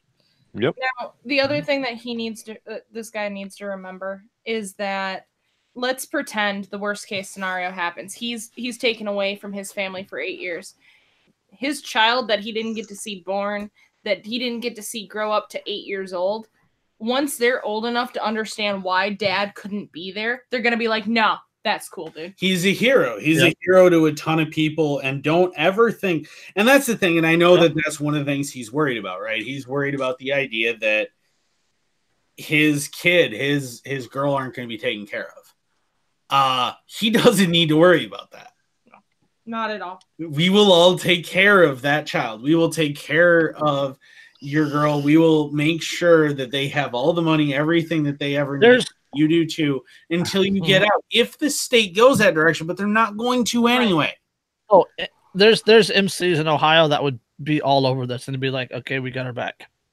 Yep. Yeah. Are you kidding me? There are entire organized criminal organizations who will go out of their way to have his back. Yeah. I mean, it says a ton about his character, honestly, and that's like really all that matters because fucking that speaks for itself. Oh, he's got my respect. Yeah, absolutely. Absolutely. And I am not an easy person for me to respect you. And absolutely, man. Absolutely. All right, let's get on to a lighter subject. We can literally do an entire podcast on that article and what he did and the morality of it, and then how that would be taken care of in a stateless society. Yep. But I'm fucking I feel my blood pressure going up. Yeah, man. That's my secret. I'm angry. Right? Okay, Green Man. Okay. Government to pizzeria. You can paint a mural, just not one that features pizza. I need to smoke more pot for this. Oh, this is too much. I'm not stoned enough to understand. Seriously, dude. This shit is too much for me. It's just all right. Okay, you guys. There's the mural. You guys see it? All right, it's a mural. You guys see it? It's awesome. It's fantastic. It looks really good. In my opinion, that looks really, really good. I'd eat pizza there. Yeah. Both commercial freedom and creative freedom suffered a devastating blow in Arlington, Virginia this past week. County officials have forced the local pizza joint to paint over a mural that adorned the side of the outside of the restaurant. In November of last year, local favorite Goodies spruced up the exterior of its location with a mural depicting pizza alongside various common toppings such as mushrooms, tomatoes, and olives. The idea was to, quote, get a little more attention from the people walking by, owner Glenda Alvarez told the local news site. Oh, I guess they Unfortunately for Alvarez and her business, the mural turned out to be against the law. Under Arlington County sign code, no mural depicted on the outside of a business may depict the product sold inside. Wow. What? I mean, I am shocked that a business might want to paint a mural. Does that mean Little Caesars is literally not allowed in whatever this is? Probably. Yep. Had the pizzeria's mural featured car parts, clothing, or something else that the restaurant doesn't sell, the artwork most likely have escaped the enforcer's notice. Instead, zoning officials promptly notified the business that it was out of compliance and that its exterior would likely have to be repainted. This past week, the mushrooms and olive gave way to a uniform lime green paint job. So if they put like hold on, one more. Yep. Spark plugs and like water pumps and like brake pads and shit on a pizza. If only it had been that would have been fine. Forcing a business to repaint a mural because of its content is not just pity. According to Robert Fromer, an attorney with the Libertarian Institute for Justice, it is unconstitutional. If a code says that, quote, certain subjects or topics are prohibited, He explains that means it's, quote, preventing you from speaking on certain subjects just because you don't like the message. Therefore, he argues it violates the First Amendment. Arlington County argued that its regulations existed to protect the county's aesthetic and prevent drivers from being distracted by flashy advertisements. Oh, Jesus Christ. The federal court ultimately sided with the government in 2012. Flashy and I bet you there's those fucking digital billboards. Yeah, right. I can guarantee you somewhere in that county is those are distracting as fuck. Okay. In 2011, Frommer and the Institute of Justice sued Arlington over a similar case of mural censorship. That time, officials told Wagmore Dogs, a dog grooming business, that a canine depicting mural on the exterior wall of its building, which happened to face a dog park, would have to be covered by a tarp until it could be repainted. Are you fucking kidding me? The dogs were getting distracted and running into a wall. That's what. Oh God! Oh, the horror of dogs seeing a painting of a dog. Oh my! I think that's what Slink would call fucking Yankee Virginia, Northern Virginia, right? He would flat out call this and call me bullshit. Yeah, he would. Yeah, but you were loud. Yeah, Commie Yankee Virginia. It's absurd. Like, why do you even have to fucking nitpick at shit like that? Like, it's totally unnecessary. What? Okay, and my thing. Okay, this is my thing. This is my thing on it. Like, you can't do the pizza because you can't depict what's inside, right? But if they had anything else, like if they had auto parts on the side, it would be okay. But how is the auto parts not distracting? But somehow literally going into a brick oven is distracting. So here's what could literally happen under the city ordinance and be allowed is auto parts store half a block down. They can get painted on their wall. The pizza, and the dude. And the pizza place get the auto parts painted on their thing. Damn! The big middle finger. Loophole. And it is completely legal for this to happen. But send if the you letter. switch the locations, oh, they're distracted drivers. What? So really? I could have a laser tag place with advertise super male vitality on the outside. Dude, are you kidding me? If I was a porn advertiser, I would pay to paint murals on the side of every single fucking except for the one that it's filmed at. All of them. Exactly. In the town at all. No, every single building down Main Street. Boobs, boobs, boobs, boobs, boobs, boobs, boobs. Because go fuck yourselves.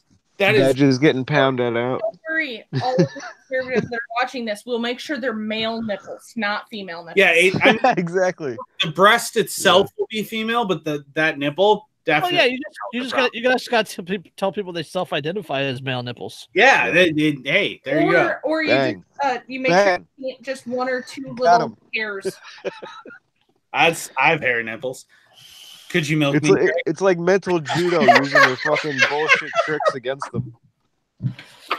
Oh, yeah. I just... Sorry. All right. Yeah. See, this next story, this couple should have just self-identified as a Rite Aid or CVS pharmacy. Yeah. Right? Florida couple. It had to be done. Yeah, this is the real triple D right here. Florida couple built drive-through window at mobile home to sell drugs. Personally, I don't drive-through drug dealing. Can you imagine? I mean, cap as fuck. Yeah, imagine this world for a moment. I get into my car. I drive, not even my car. No. I get into an Uber because it would be unsafe for me to drive. Well, possibly you could. I then get a ride to a drive-through window. I get my pot. I buy a shit ton of it. I smoke some of it as I drive. I get a drive-through window at Taco Bell. I then also get Taco Bell. What has transpired that is harmful to human beings? You know what how a wonderful world. they were caught, right? God. You know how they were caught, right? They had a mural on the side of the mobile home of a pop. No. But you were depicting. It's like it's like fucking Heisenberg and just yeah. It's like not the fact that you were selling drugs, but the fact that you depicted what you were selling on the inside. If it had only been on the, we would have been okay. If your mural would have been oranges, we never would have fucked with you. Exactly. We would have been like, we would have left you alone. Yeah. A Florida couple was arrested last week after they were caught allegedly selling drugs out of the drive-thru window they constructed out of the side of their mobile home. William Parrish Jr. and Mackenzie Dobbs of Ocala, Florida, were arrested on August 23rd after investigators raided their mobile home following reports of 4 drug overdoses in the area. Wow. Ocala police said the couple had turned a kitchen window into a drive-thru so customers would not have to constantly enter and exit their home, potentially drawing unwanted attention. Like a drive-thru window. Hold on. The house had signs directing people where to drive and indicated whether it was closed or open. Dude, I don't even. They literally have an open. They literally have an open sign in the or open and close sign in the window. There aren't even words for the ball. That's good. I mean, my goodness! No. Holy. Oh, I'm crying over here. I mean, that's like imaginary number negative black flux given. Oh my god! Okay, like you were like, I just don't. That's like agorism beyond any. Oh well, you know what? I sell unregulated raw milk. I'm an agorist. No, you know what? Those motherfuckers are agorists. You never get to say that you're an agorist again. They had signs directing people where to go. They had an open and closed sign in the window. Dude, like balls. God damn it. I know. Like, I mean, it was retarded because obviously you're gonna get caught, but dude, that was amazing. Right?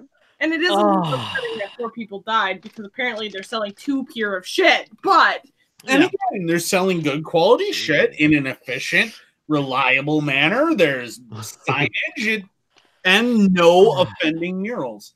I don't see what anyone's complaining about here. Parrish, 32, was charged with driving under the influence, keeping a dwelling used to sell drugs, possession of drugs with intent to sell, and resisting arrest without violence. Without wait, what? What? Yeah, resisting arrest without violence. How do you resist arrest without violence? I'm gonna reenact. You're under arrest. No, I'm not. What is? I'm gonna reenact. It's you're under arrest. No, I'm not. No. Dobbs, 20, has been charged with keeping a dwelling used to sell drugs, possession of drugs with intent to sell, possession of fentanyl with intent to sell. There you go. That's why I had ODs. Yeah, that's why. Yeah, I was just going to say that. William Parrish that was my Sr. Anyway. said, William Parrish Sr. said his son had been, quote, trying to get himself straightened out and maintain reports of overdoses were a lie. Well, I mean, he was operating a thriving business.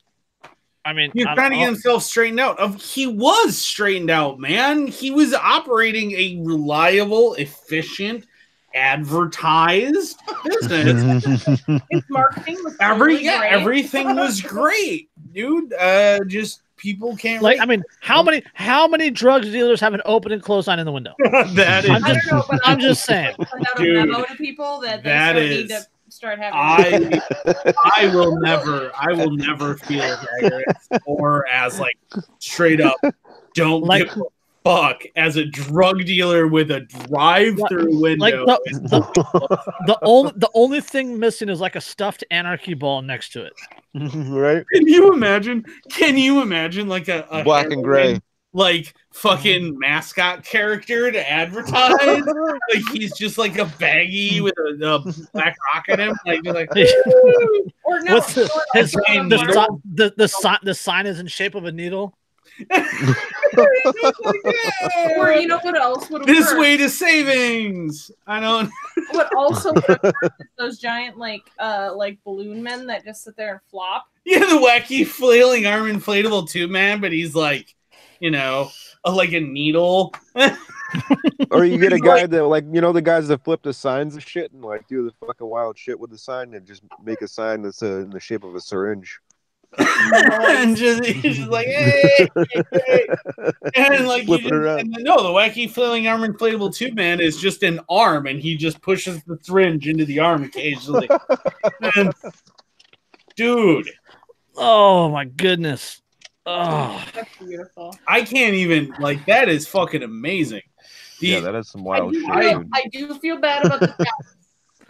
I don't. Sort of. No, I don't at all. Like you OD'd. That's your drug. Yeah, that's on your choice. Yeah. Well, I guess it depends on whether or not they knew fentanyl was probably in it.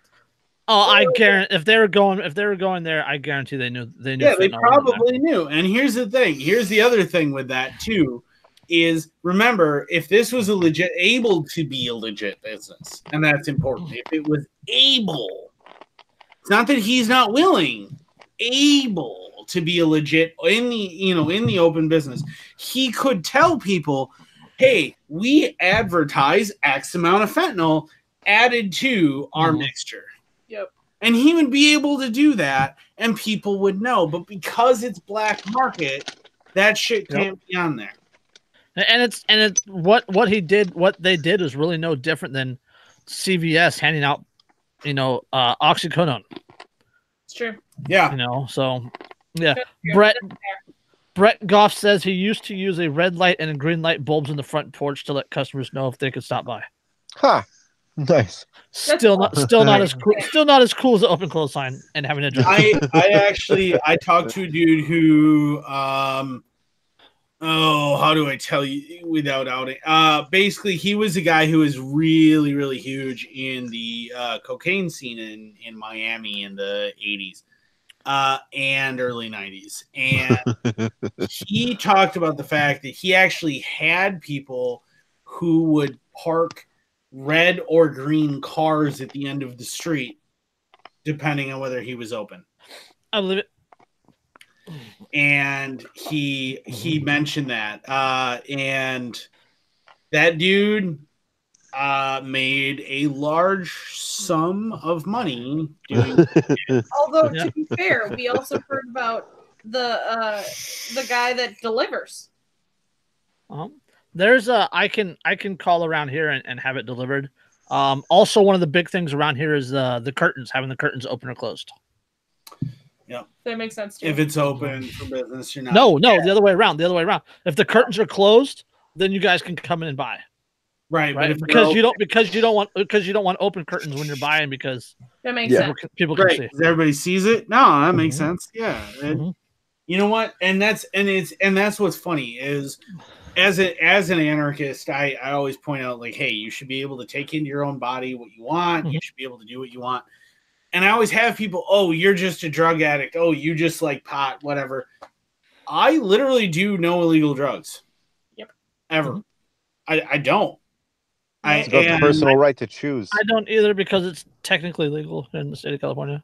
Well, right, but it's not legal in Wisconsin. I don't do pot. I don't smoke pot. I don't do any illegal drugs whatsoever anymore, ever. Yep. And not that I ever have, but I never would ever again.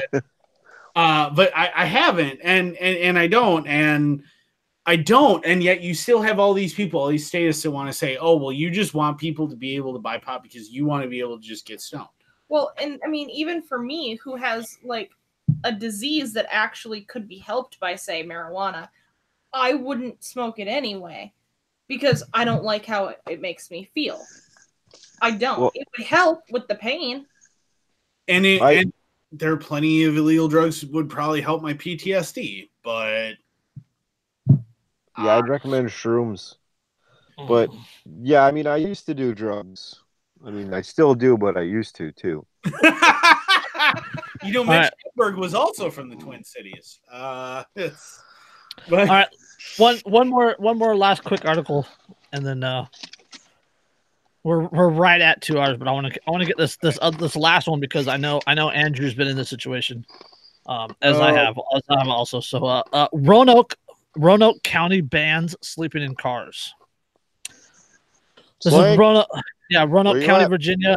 Says it's now illegal to spend the night in your car in Roanoke County. The Roanoke County Board of Supervisors approved a new ordinance that prohibits anyone from sleeping or living in their car, even on private property. If you're caught, you could face up to $250 fine. However, the law does not apply to napping. If you need to pull over for a nap to travel safely, you will not be prosecuted. County officials said when people sleep in cars, it makes neighborhoods look bad. It's a safety concern and presents several health issues. Safety concern for what? They've added that there's only been one case recently. Quote, no, it's not a major ongoing problem, just an occasional issue that has been brought to our attention, says Peter Libick, a senior assistant attorney with the county. The law went into effect immediately.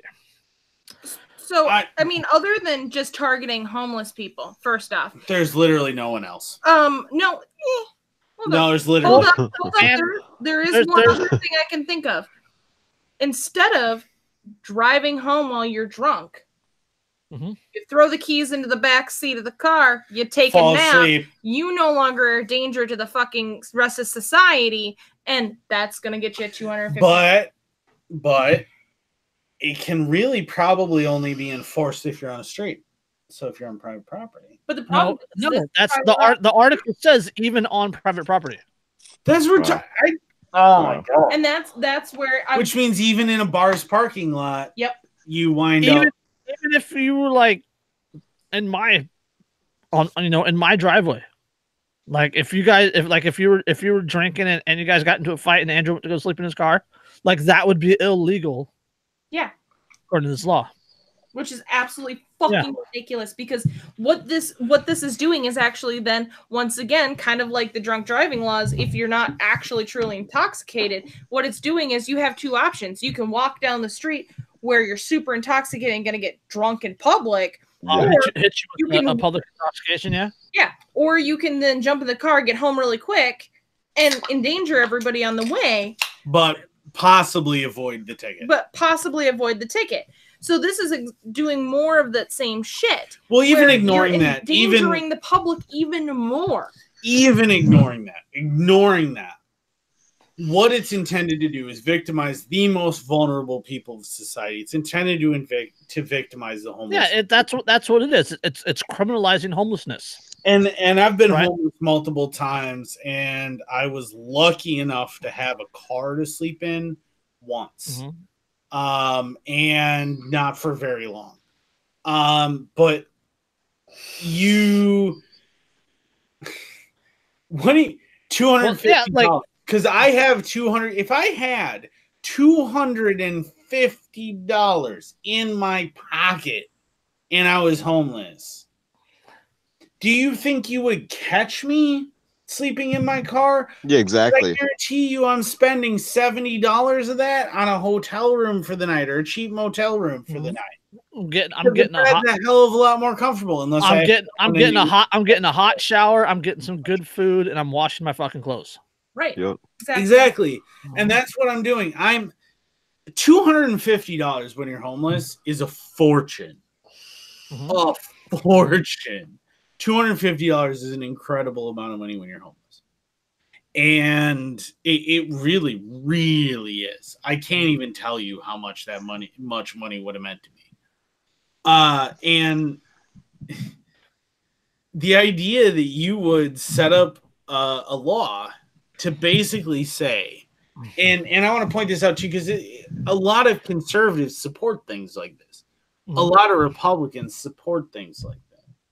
So let me point out, do you know who most of the veterans that you see walking down those streets, that you see sleeping in cars, that you see in these little cardboard boxes and things, you know who most of those people are? They're veterans, man. See, and what the other thing that makes this law really, really weird is if you're sleeping in your car, then it's a crime. But if you're napping in your car, it's not a crime. So What are they going to do? Sit there. Do they have a time limit? They have a stopwatch? Oh, he's been 1 hour, 59 minutes, 58 seconds, 59 seconds, 2 hours, 2 hours and a minute. Okay, he's sleeping. A nap, man. Right. Who defines a nap? I'm assuming that that's protecting like truck drivers. Would be my guess. Truck drivers and commuters. Commuters is a big thing. Not because truckers have certain laws that they have to pull over for a certain number of hours in a given 48 hours. But like for commuters, people that commute an hour or 2 hours each way, like when I was having to go into San Francisco, and it was 90 minutes to go 65 miles, and there were times where I would be coming home and there would be traffic and it'd be like 7:30 at night and I haven't eaten yet, and I just like my eyes started to close and I would pull over for 20 minutes and then make it home. Well, what constitutes a nap and what constitutes sleeping in your vehicle? It's another subjective bullshit fucking law. When I was homeless, I mean every time I didn't sleep much. Because I had to keep on the move, because you stay in one place too long, cops find you and they fuck with you. Like, yeah, we have really bad here. We have what they call the sit-lie laws. Or like if you're sitting or laying in public for more than like 20 minutes at a time, they can give you a ticket, and it's a nuisance. It's a nuisance ticket. It's I mean, and again, that's what it is. It's criminalizing homeless, and the reason they're doing it isn't because it's a serious problem. It's because having to face the reality of what they've created, of the housing crises, of all of the homeless veterans who can't adapt back to this bullshit world that they want to create, all these other things, that because of that, they don't want to have to face it. And so to avoid facing it, they outlaw, they criminalize it, they fine us and make us move to avoid these fines or throw us in prison. But either way, they don't want to have to look at us anymore. Yep. Because every time they have to look at us, then suddenly now they have to face the reality of what they did. Yeah. And the bottom line is that the majority of people, especially the majority of homeless between the ages of like, I want to say it's like 19 and 45 or something. 19 and 34 or something like that. Yeah. Are veterans. And the reason for that is because veterans come home, they can't adapt, they can't deal with it, they have PTSD, they have all these other issues, they have maybe drug dependence, alcohol dependence, all these other things, and they can't hold down a job, they can't do these things, they lose their place to live, they lose their families, whatever. No one wants to deal with them anymore, because rather than going in general, rather than going, oh, hey, this person who I ostensibly love and care about is going through a really, really tough time and is struggling and is having all these problems, and maybe I should care enough about them to give them a place to stay and help them out, maybe push them to seek counseling and whatever else, because I love that person. But most people, you know what? The moment that becomes a burden, they don't want that. They don't want to deal with it. Roanoke County, I just looked it up, is only 251 square miles. And has a population a little over 94,000. Right, which means so it's small. It's smaller than my count. It's smaller than my city. Right, which means that it's sparsely populated as it is, which means that this is aimed at making sure that the veterans who come home who can adapt again get out. That they get shoved under the rug. They get tossed out again. They get thrown into the dumpster and dumped out with the trash, because it's an inconvenience. All of a sudden, it's an inconvenience. It's an inconvenience to have to face people who maybe can't do what you want them to do, who maybe can't live in the world that you want them to live. And maybe it's your fucking fault in the first place. Maybe you demanded that they go do what they did that fucked them up, and then they come home, and now you have to face the reality of the consequences of what you did. And you don't want to have to face that. And that's what it's about. It's about not having to face consequences, not having to face realities, because homelessness is a reality and a consequence of what these people in the upper middle class and upper class want to do to those people in the lower class and in the working class. There's like 9 homeless shelters in the county. And not only that, but like returning vets, it's like once they've done their tours or whatever, it's like you're no longer of any use. So you're disposable. You're garbage. Here's an article from October 2018 that says that homelessness is actually down from previous years. Right, which means it's a decreasing problem for them. Yes. And they still passed it because there were probably a few people who they knew. I can almost guarantee it. I bet you it's people that the people who passed that law knew and had known. It's a small enough community. They knew these people. 317 people are homeless in the region. 317 people. So think about this statistically. They knew those people. They probably knew them before they went to war. Look, I mean, purely on statistics. I'm not even basing this on anybody. Like, this is statistically the case. Let's see. Of the people of that number, 96.5% of the people surveyed said they were staying in shelters, with 3.5% of them staying in unsheltered locations. So 3.5% of the 396. So literally, like, what is that? Like 40 people? Yeah. Not even that many. Yeah, like. Which means, and the city council is probably what, 15 people, or the county council, or whatever. Yeah. Which means that's statistically likely. What they're trying to do. It's also article said that the shelters will hold as many as 500 people. So what they're trying to do is push people into the shelters where they can be controlled. Controlled because they're scared of them. Yep. Whether they're actually a danger or not. So these people, and I mean, here's the thing, and this is why I push that whole idea of veterans so hard, is because Republicans so often don't want to face it and want to say that they're pro-vet and anti-government, and are neither. No. When you push it. Here's the thing, is what these people are doing is they're they're sending people to war. They're indoctrinating people and convincing them to go to war. This can be this glorious, wonderful thing.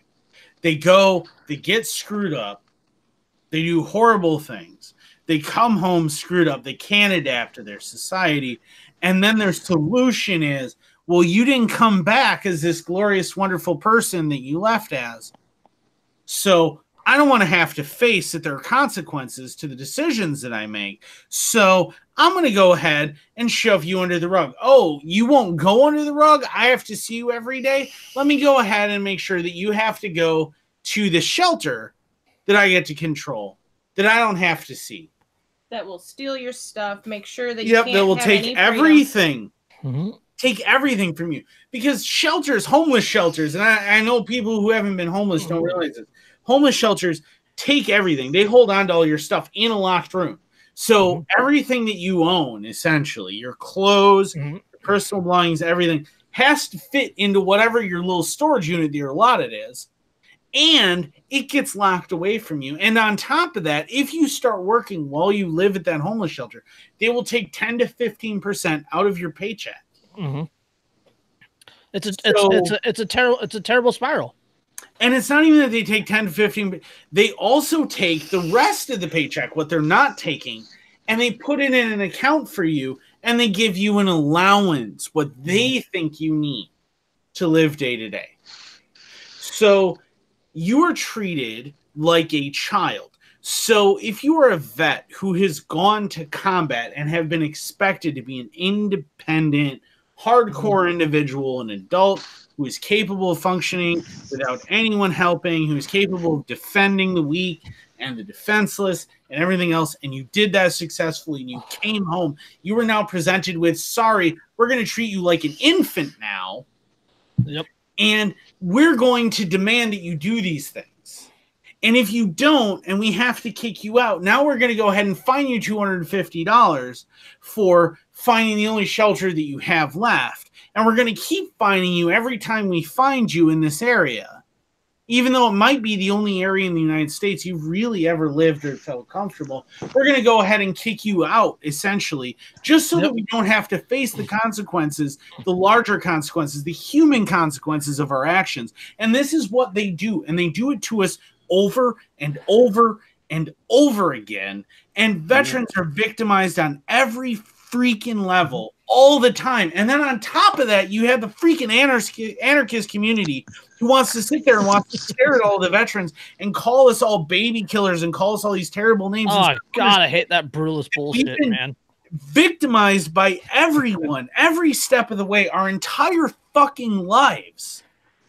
For years and years and years, and we get victimized over and over again. We get victimized by the government. We get victimized by the people that we thought we could trust. And now we get victimized by the anarchists because we turned anarchists because we understood that we didn't get anything from all the people that we thought we could trust. And then they want to sit there and go, well, why do you hate us? See, veterans are terrible people. Because you're pieces of shit. That's Mike, what state is this in? Roanoke County, Virginia. That's what I figured. So it also means that in the winter, people. Yeah, it's on the West Virginia border. See, like I had to see what my dad dealt with the VA and shit. Like they fucking treated him like fucking garbage. The VA is notorious for that. The VA giving veterans an additional opportunity to die for their country since 19. Yeah, dude. There's like nothing but like fucking run around.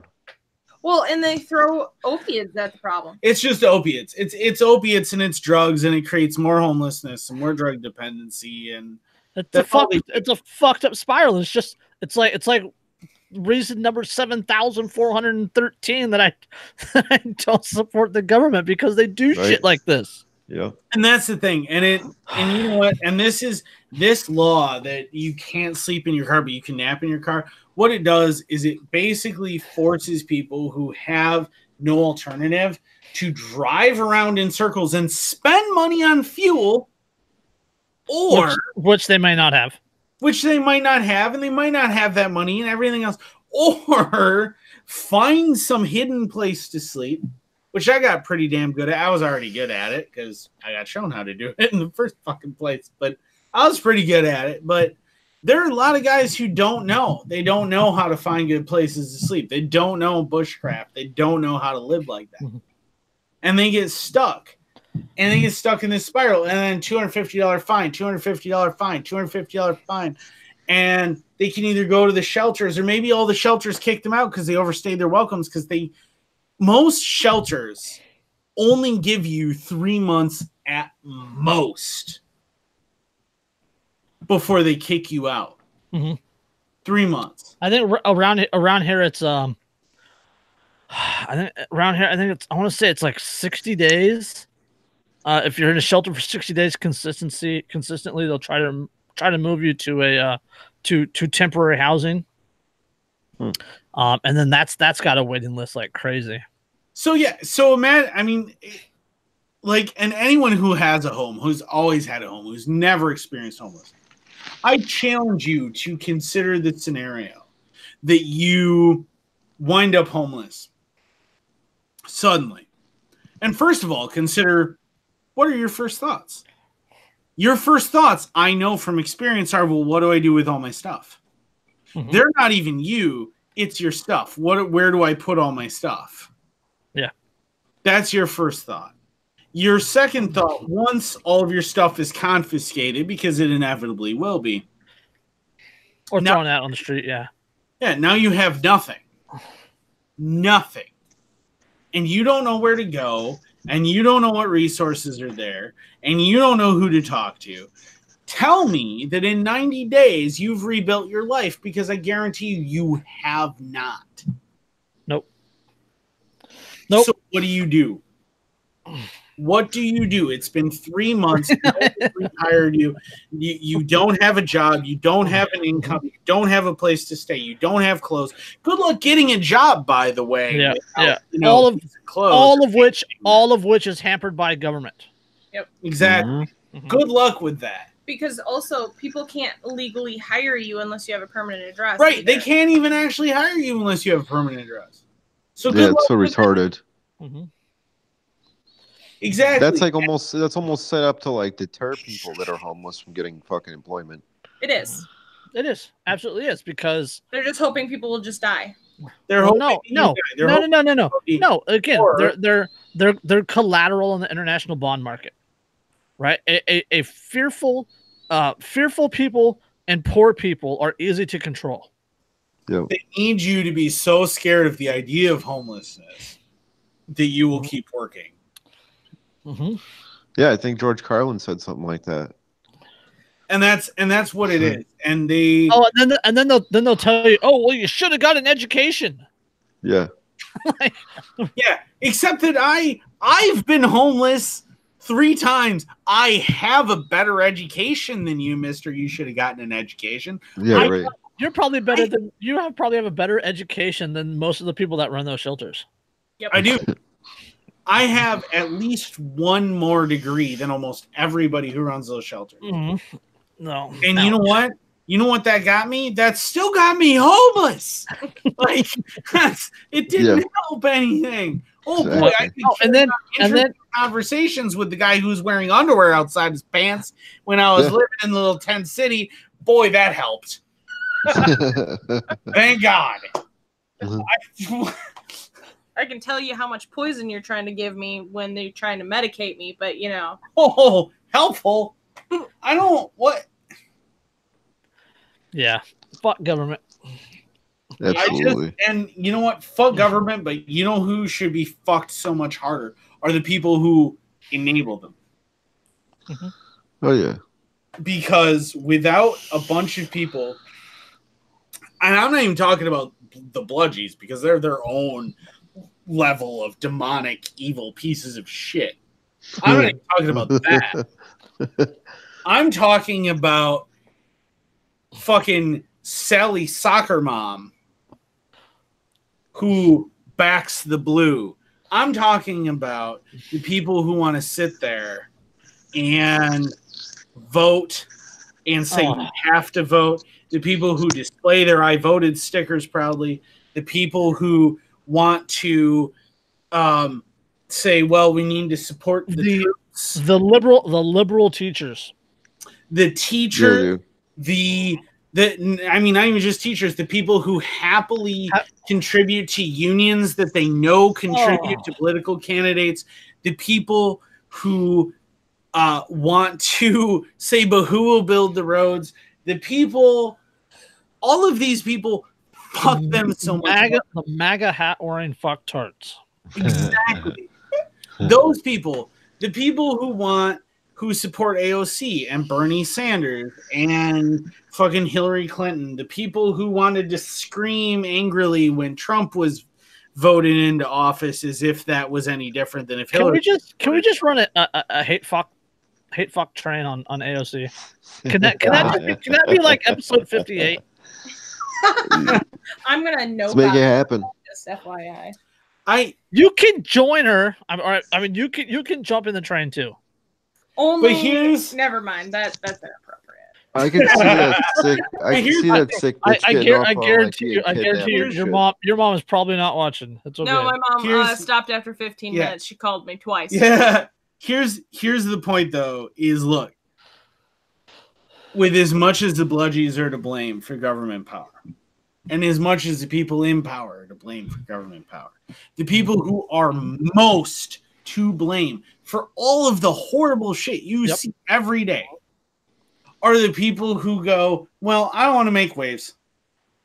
Yep. The people who try to, I pay my taxes and I just live my life and I don't really want to be an upset doing it. Apathy. They're pretty much like the Agent Smiths of the fucking Matrix. They are the worst. of the human beings on planet Earth, because at least the bludgies stand for something. Yep. Apathy is antithetical to freedom. That's a Jason Booth original, and you guys can quote me on that if you want to. I can disagree. Absolutely. Here's the thing: is I can disagree with people who want to violently enforce the edicts of government and be willing to fight them as opponents. But the people who just don't want to make waves, just don't have an opinion. I used to say that on Wolf. I used to say that on Wolf all the time. That a person that does the research and reads and thinks and mulls things over and comes to their own individual conclusion on something, even if I disagree, even if I adamantly disagree, I can at least respect that person. Yep. But a sheep or a person that is totally apathetic to the situation, fuck you. Like I have no respect for you. I have zero respect for those So people. I'm gonna speak up here a little bit because Uh-oh, up until I met Andrew, I didn't even know that there was a problem. I mean, I knew a lot of people don't. wrong, but I didn't necessarily know that there was a problem. So I do disagree with the fuck everyone that is apathetic, because I was that person, but purely because I didn't know to look for said problem. I think we were all that person at one point in time before, But everyone, I never got that opportunity. As anarchists, though, we forget that. We forget that that's where we came from, and it can't be fuck everyone, because no. There's the people that know that there's a problem.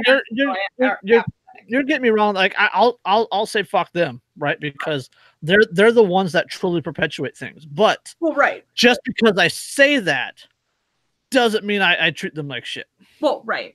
There's a very fine line there, though, that we have to remember that we need to educate.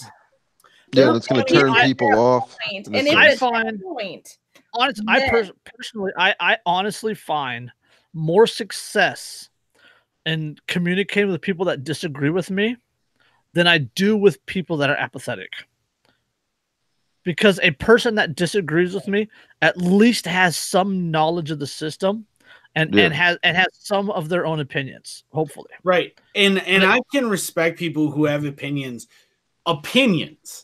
like formed, intelligent, like they've evaluated things, they're informed, but disagree with me. I have respect for that, and I can deal with that. The problem is the majority of people say they do, but their opinion has been formed because somebody at the dentist's office had the View on 2 days ago. Oh, God. I mean, George Behar literally makes my balls shiver. I mean, that shit is inexcusable. You live in the age of information. You live in a world where information is less than 1/10 of a second away.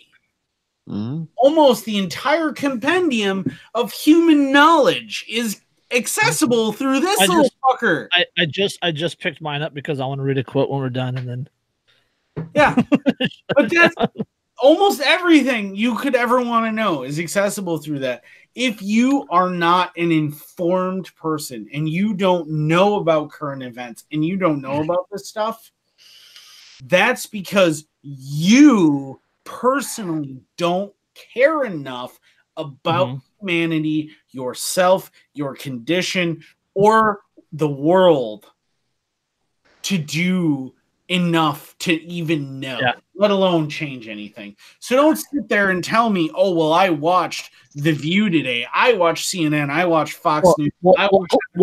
Glenn Beck said. Yeah, don't sit there and fucking tell me that you watched that and so you know or you have an opinion. Because you don't. What you have is a string and a party line, and that's all you have. Parrot. Yeah. You're repeating Polly wants a cracker. You guys know the name regulation? Squawk. You guys know the name Auburn Herbert. Nope, never heard of it. All right. Nope. He has a series of essays called "Right and Wrong of Compulsion," right and wrong of compulsion by the state. This guy is the one that coined the phrase voluntarism. Oh no shit. Yeah.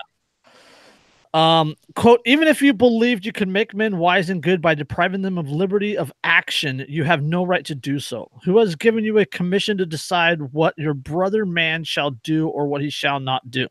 Who has given you charge of his life and his facilities and his happiness as well as your own? Perhaps you think yourself wiser and better fitted to judge than he is, but so do all those of old days, kings, emperors, and head of dominant churches, who possessed power and never sculpted to compress and shape their fellow man as they themselves thought best, but by means of that power. You can see as you read the story of the past, and even as you look on the world as the present, what a mess the holders of power have made of it, whether they undertook to judge for others, whether they undertook to guide and control the lives and facilities of others, and why should you think you are going to succeed where they failed? Yes. I'll drop the link to that one in our chat, so you go check it out. Yeah, please do. And that's exactly it. Even if you thought you could actually make people suddenly, have morality through the threat of force, what makes you think you should? Yep. Get to. And that was Right and Wrong Compulsion by the State was actually written 1885. Wow. So that's right there, yeah. 20 years after the American Civil War. 29 years? 29 years before America enters World War I. Yes. No. Essay 4, which is the Right and Wrong and Compulsion by the State, is really good. And then I want to say it's essay 9, A Plea for Voluntarism, essay 10, The Principles of Voluntarism and a Free Life. And I mean, He wasn't talking about anarchy, he was talking about voluntary interaction. That was even voluntary government. Like he refers to a voluntarily funded government, which yeah. He's not talking about, like, a lot of people rail against anarchism and anarcho-capitalism, and he wasn't talking about it. He was talking about just voluntary, that human interaction should be voluntary. If that human interaction results in some sort of voluntary governing body, that's cool, that's fine, but it's about voluntary interaction, that you are consenting continuously and can withdraw said consent at any time. We show you the better way. We ask you renounce this old, weary, hopeless way of force, ever tear-stained and blood-stained, which has gone on so long under emperors and autocrats and governing classes, and still goes on today amongst those who, while they condemn emperors and autocrats, continue to walk in their footsteps and understand and love liberty very little more than those old rulers who had an old world. We bid you to ask yourselves, what is all our boasted civilization and gain, and if in knowledge worth to us, if we are still like those who are not attained, like those who had not attained to our civilization knowledge, to hunger for power, still to cling to the ways of strife and bitterness and hatred, still to oppress each other, just as the days of old rulers. Like, the guy's really good, and he doesn't get nearly the credit he deserves. Yeah, right. He largely sounds like good stuff, man. So, all right. I think that I'm sitting in the chair for like 3 hours now. Yeah, I'm getting tired as hell, man. So, yeah, we've been going for this is one of our longest episodes, I think, actually. Let's see, about just over 2.5 hours, right at 2.5 hours. So, yeah, I guess on that note, yeah, love you guys. Peace. Yeah, love you. Appreciate it, guys.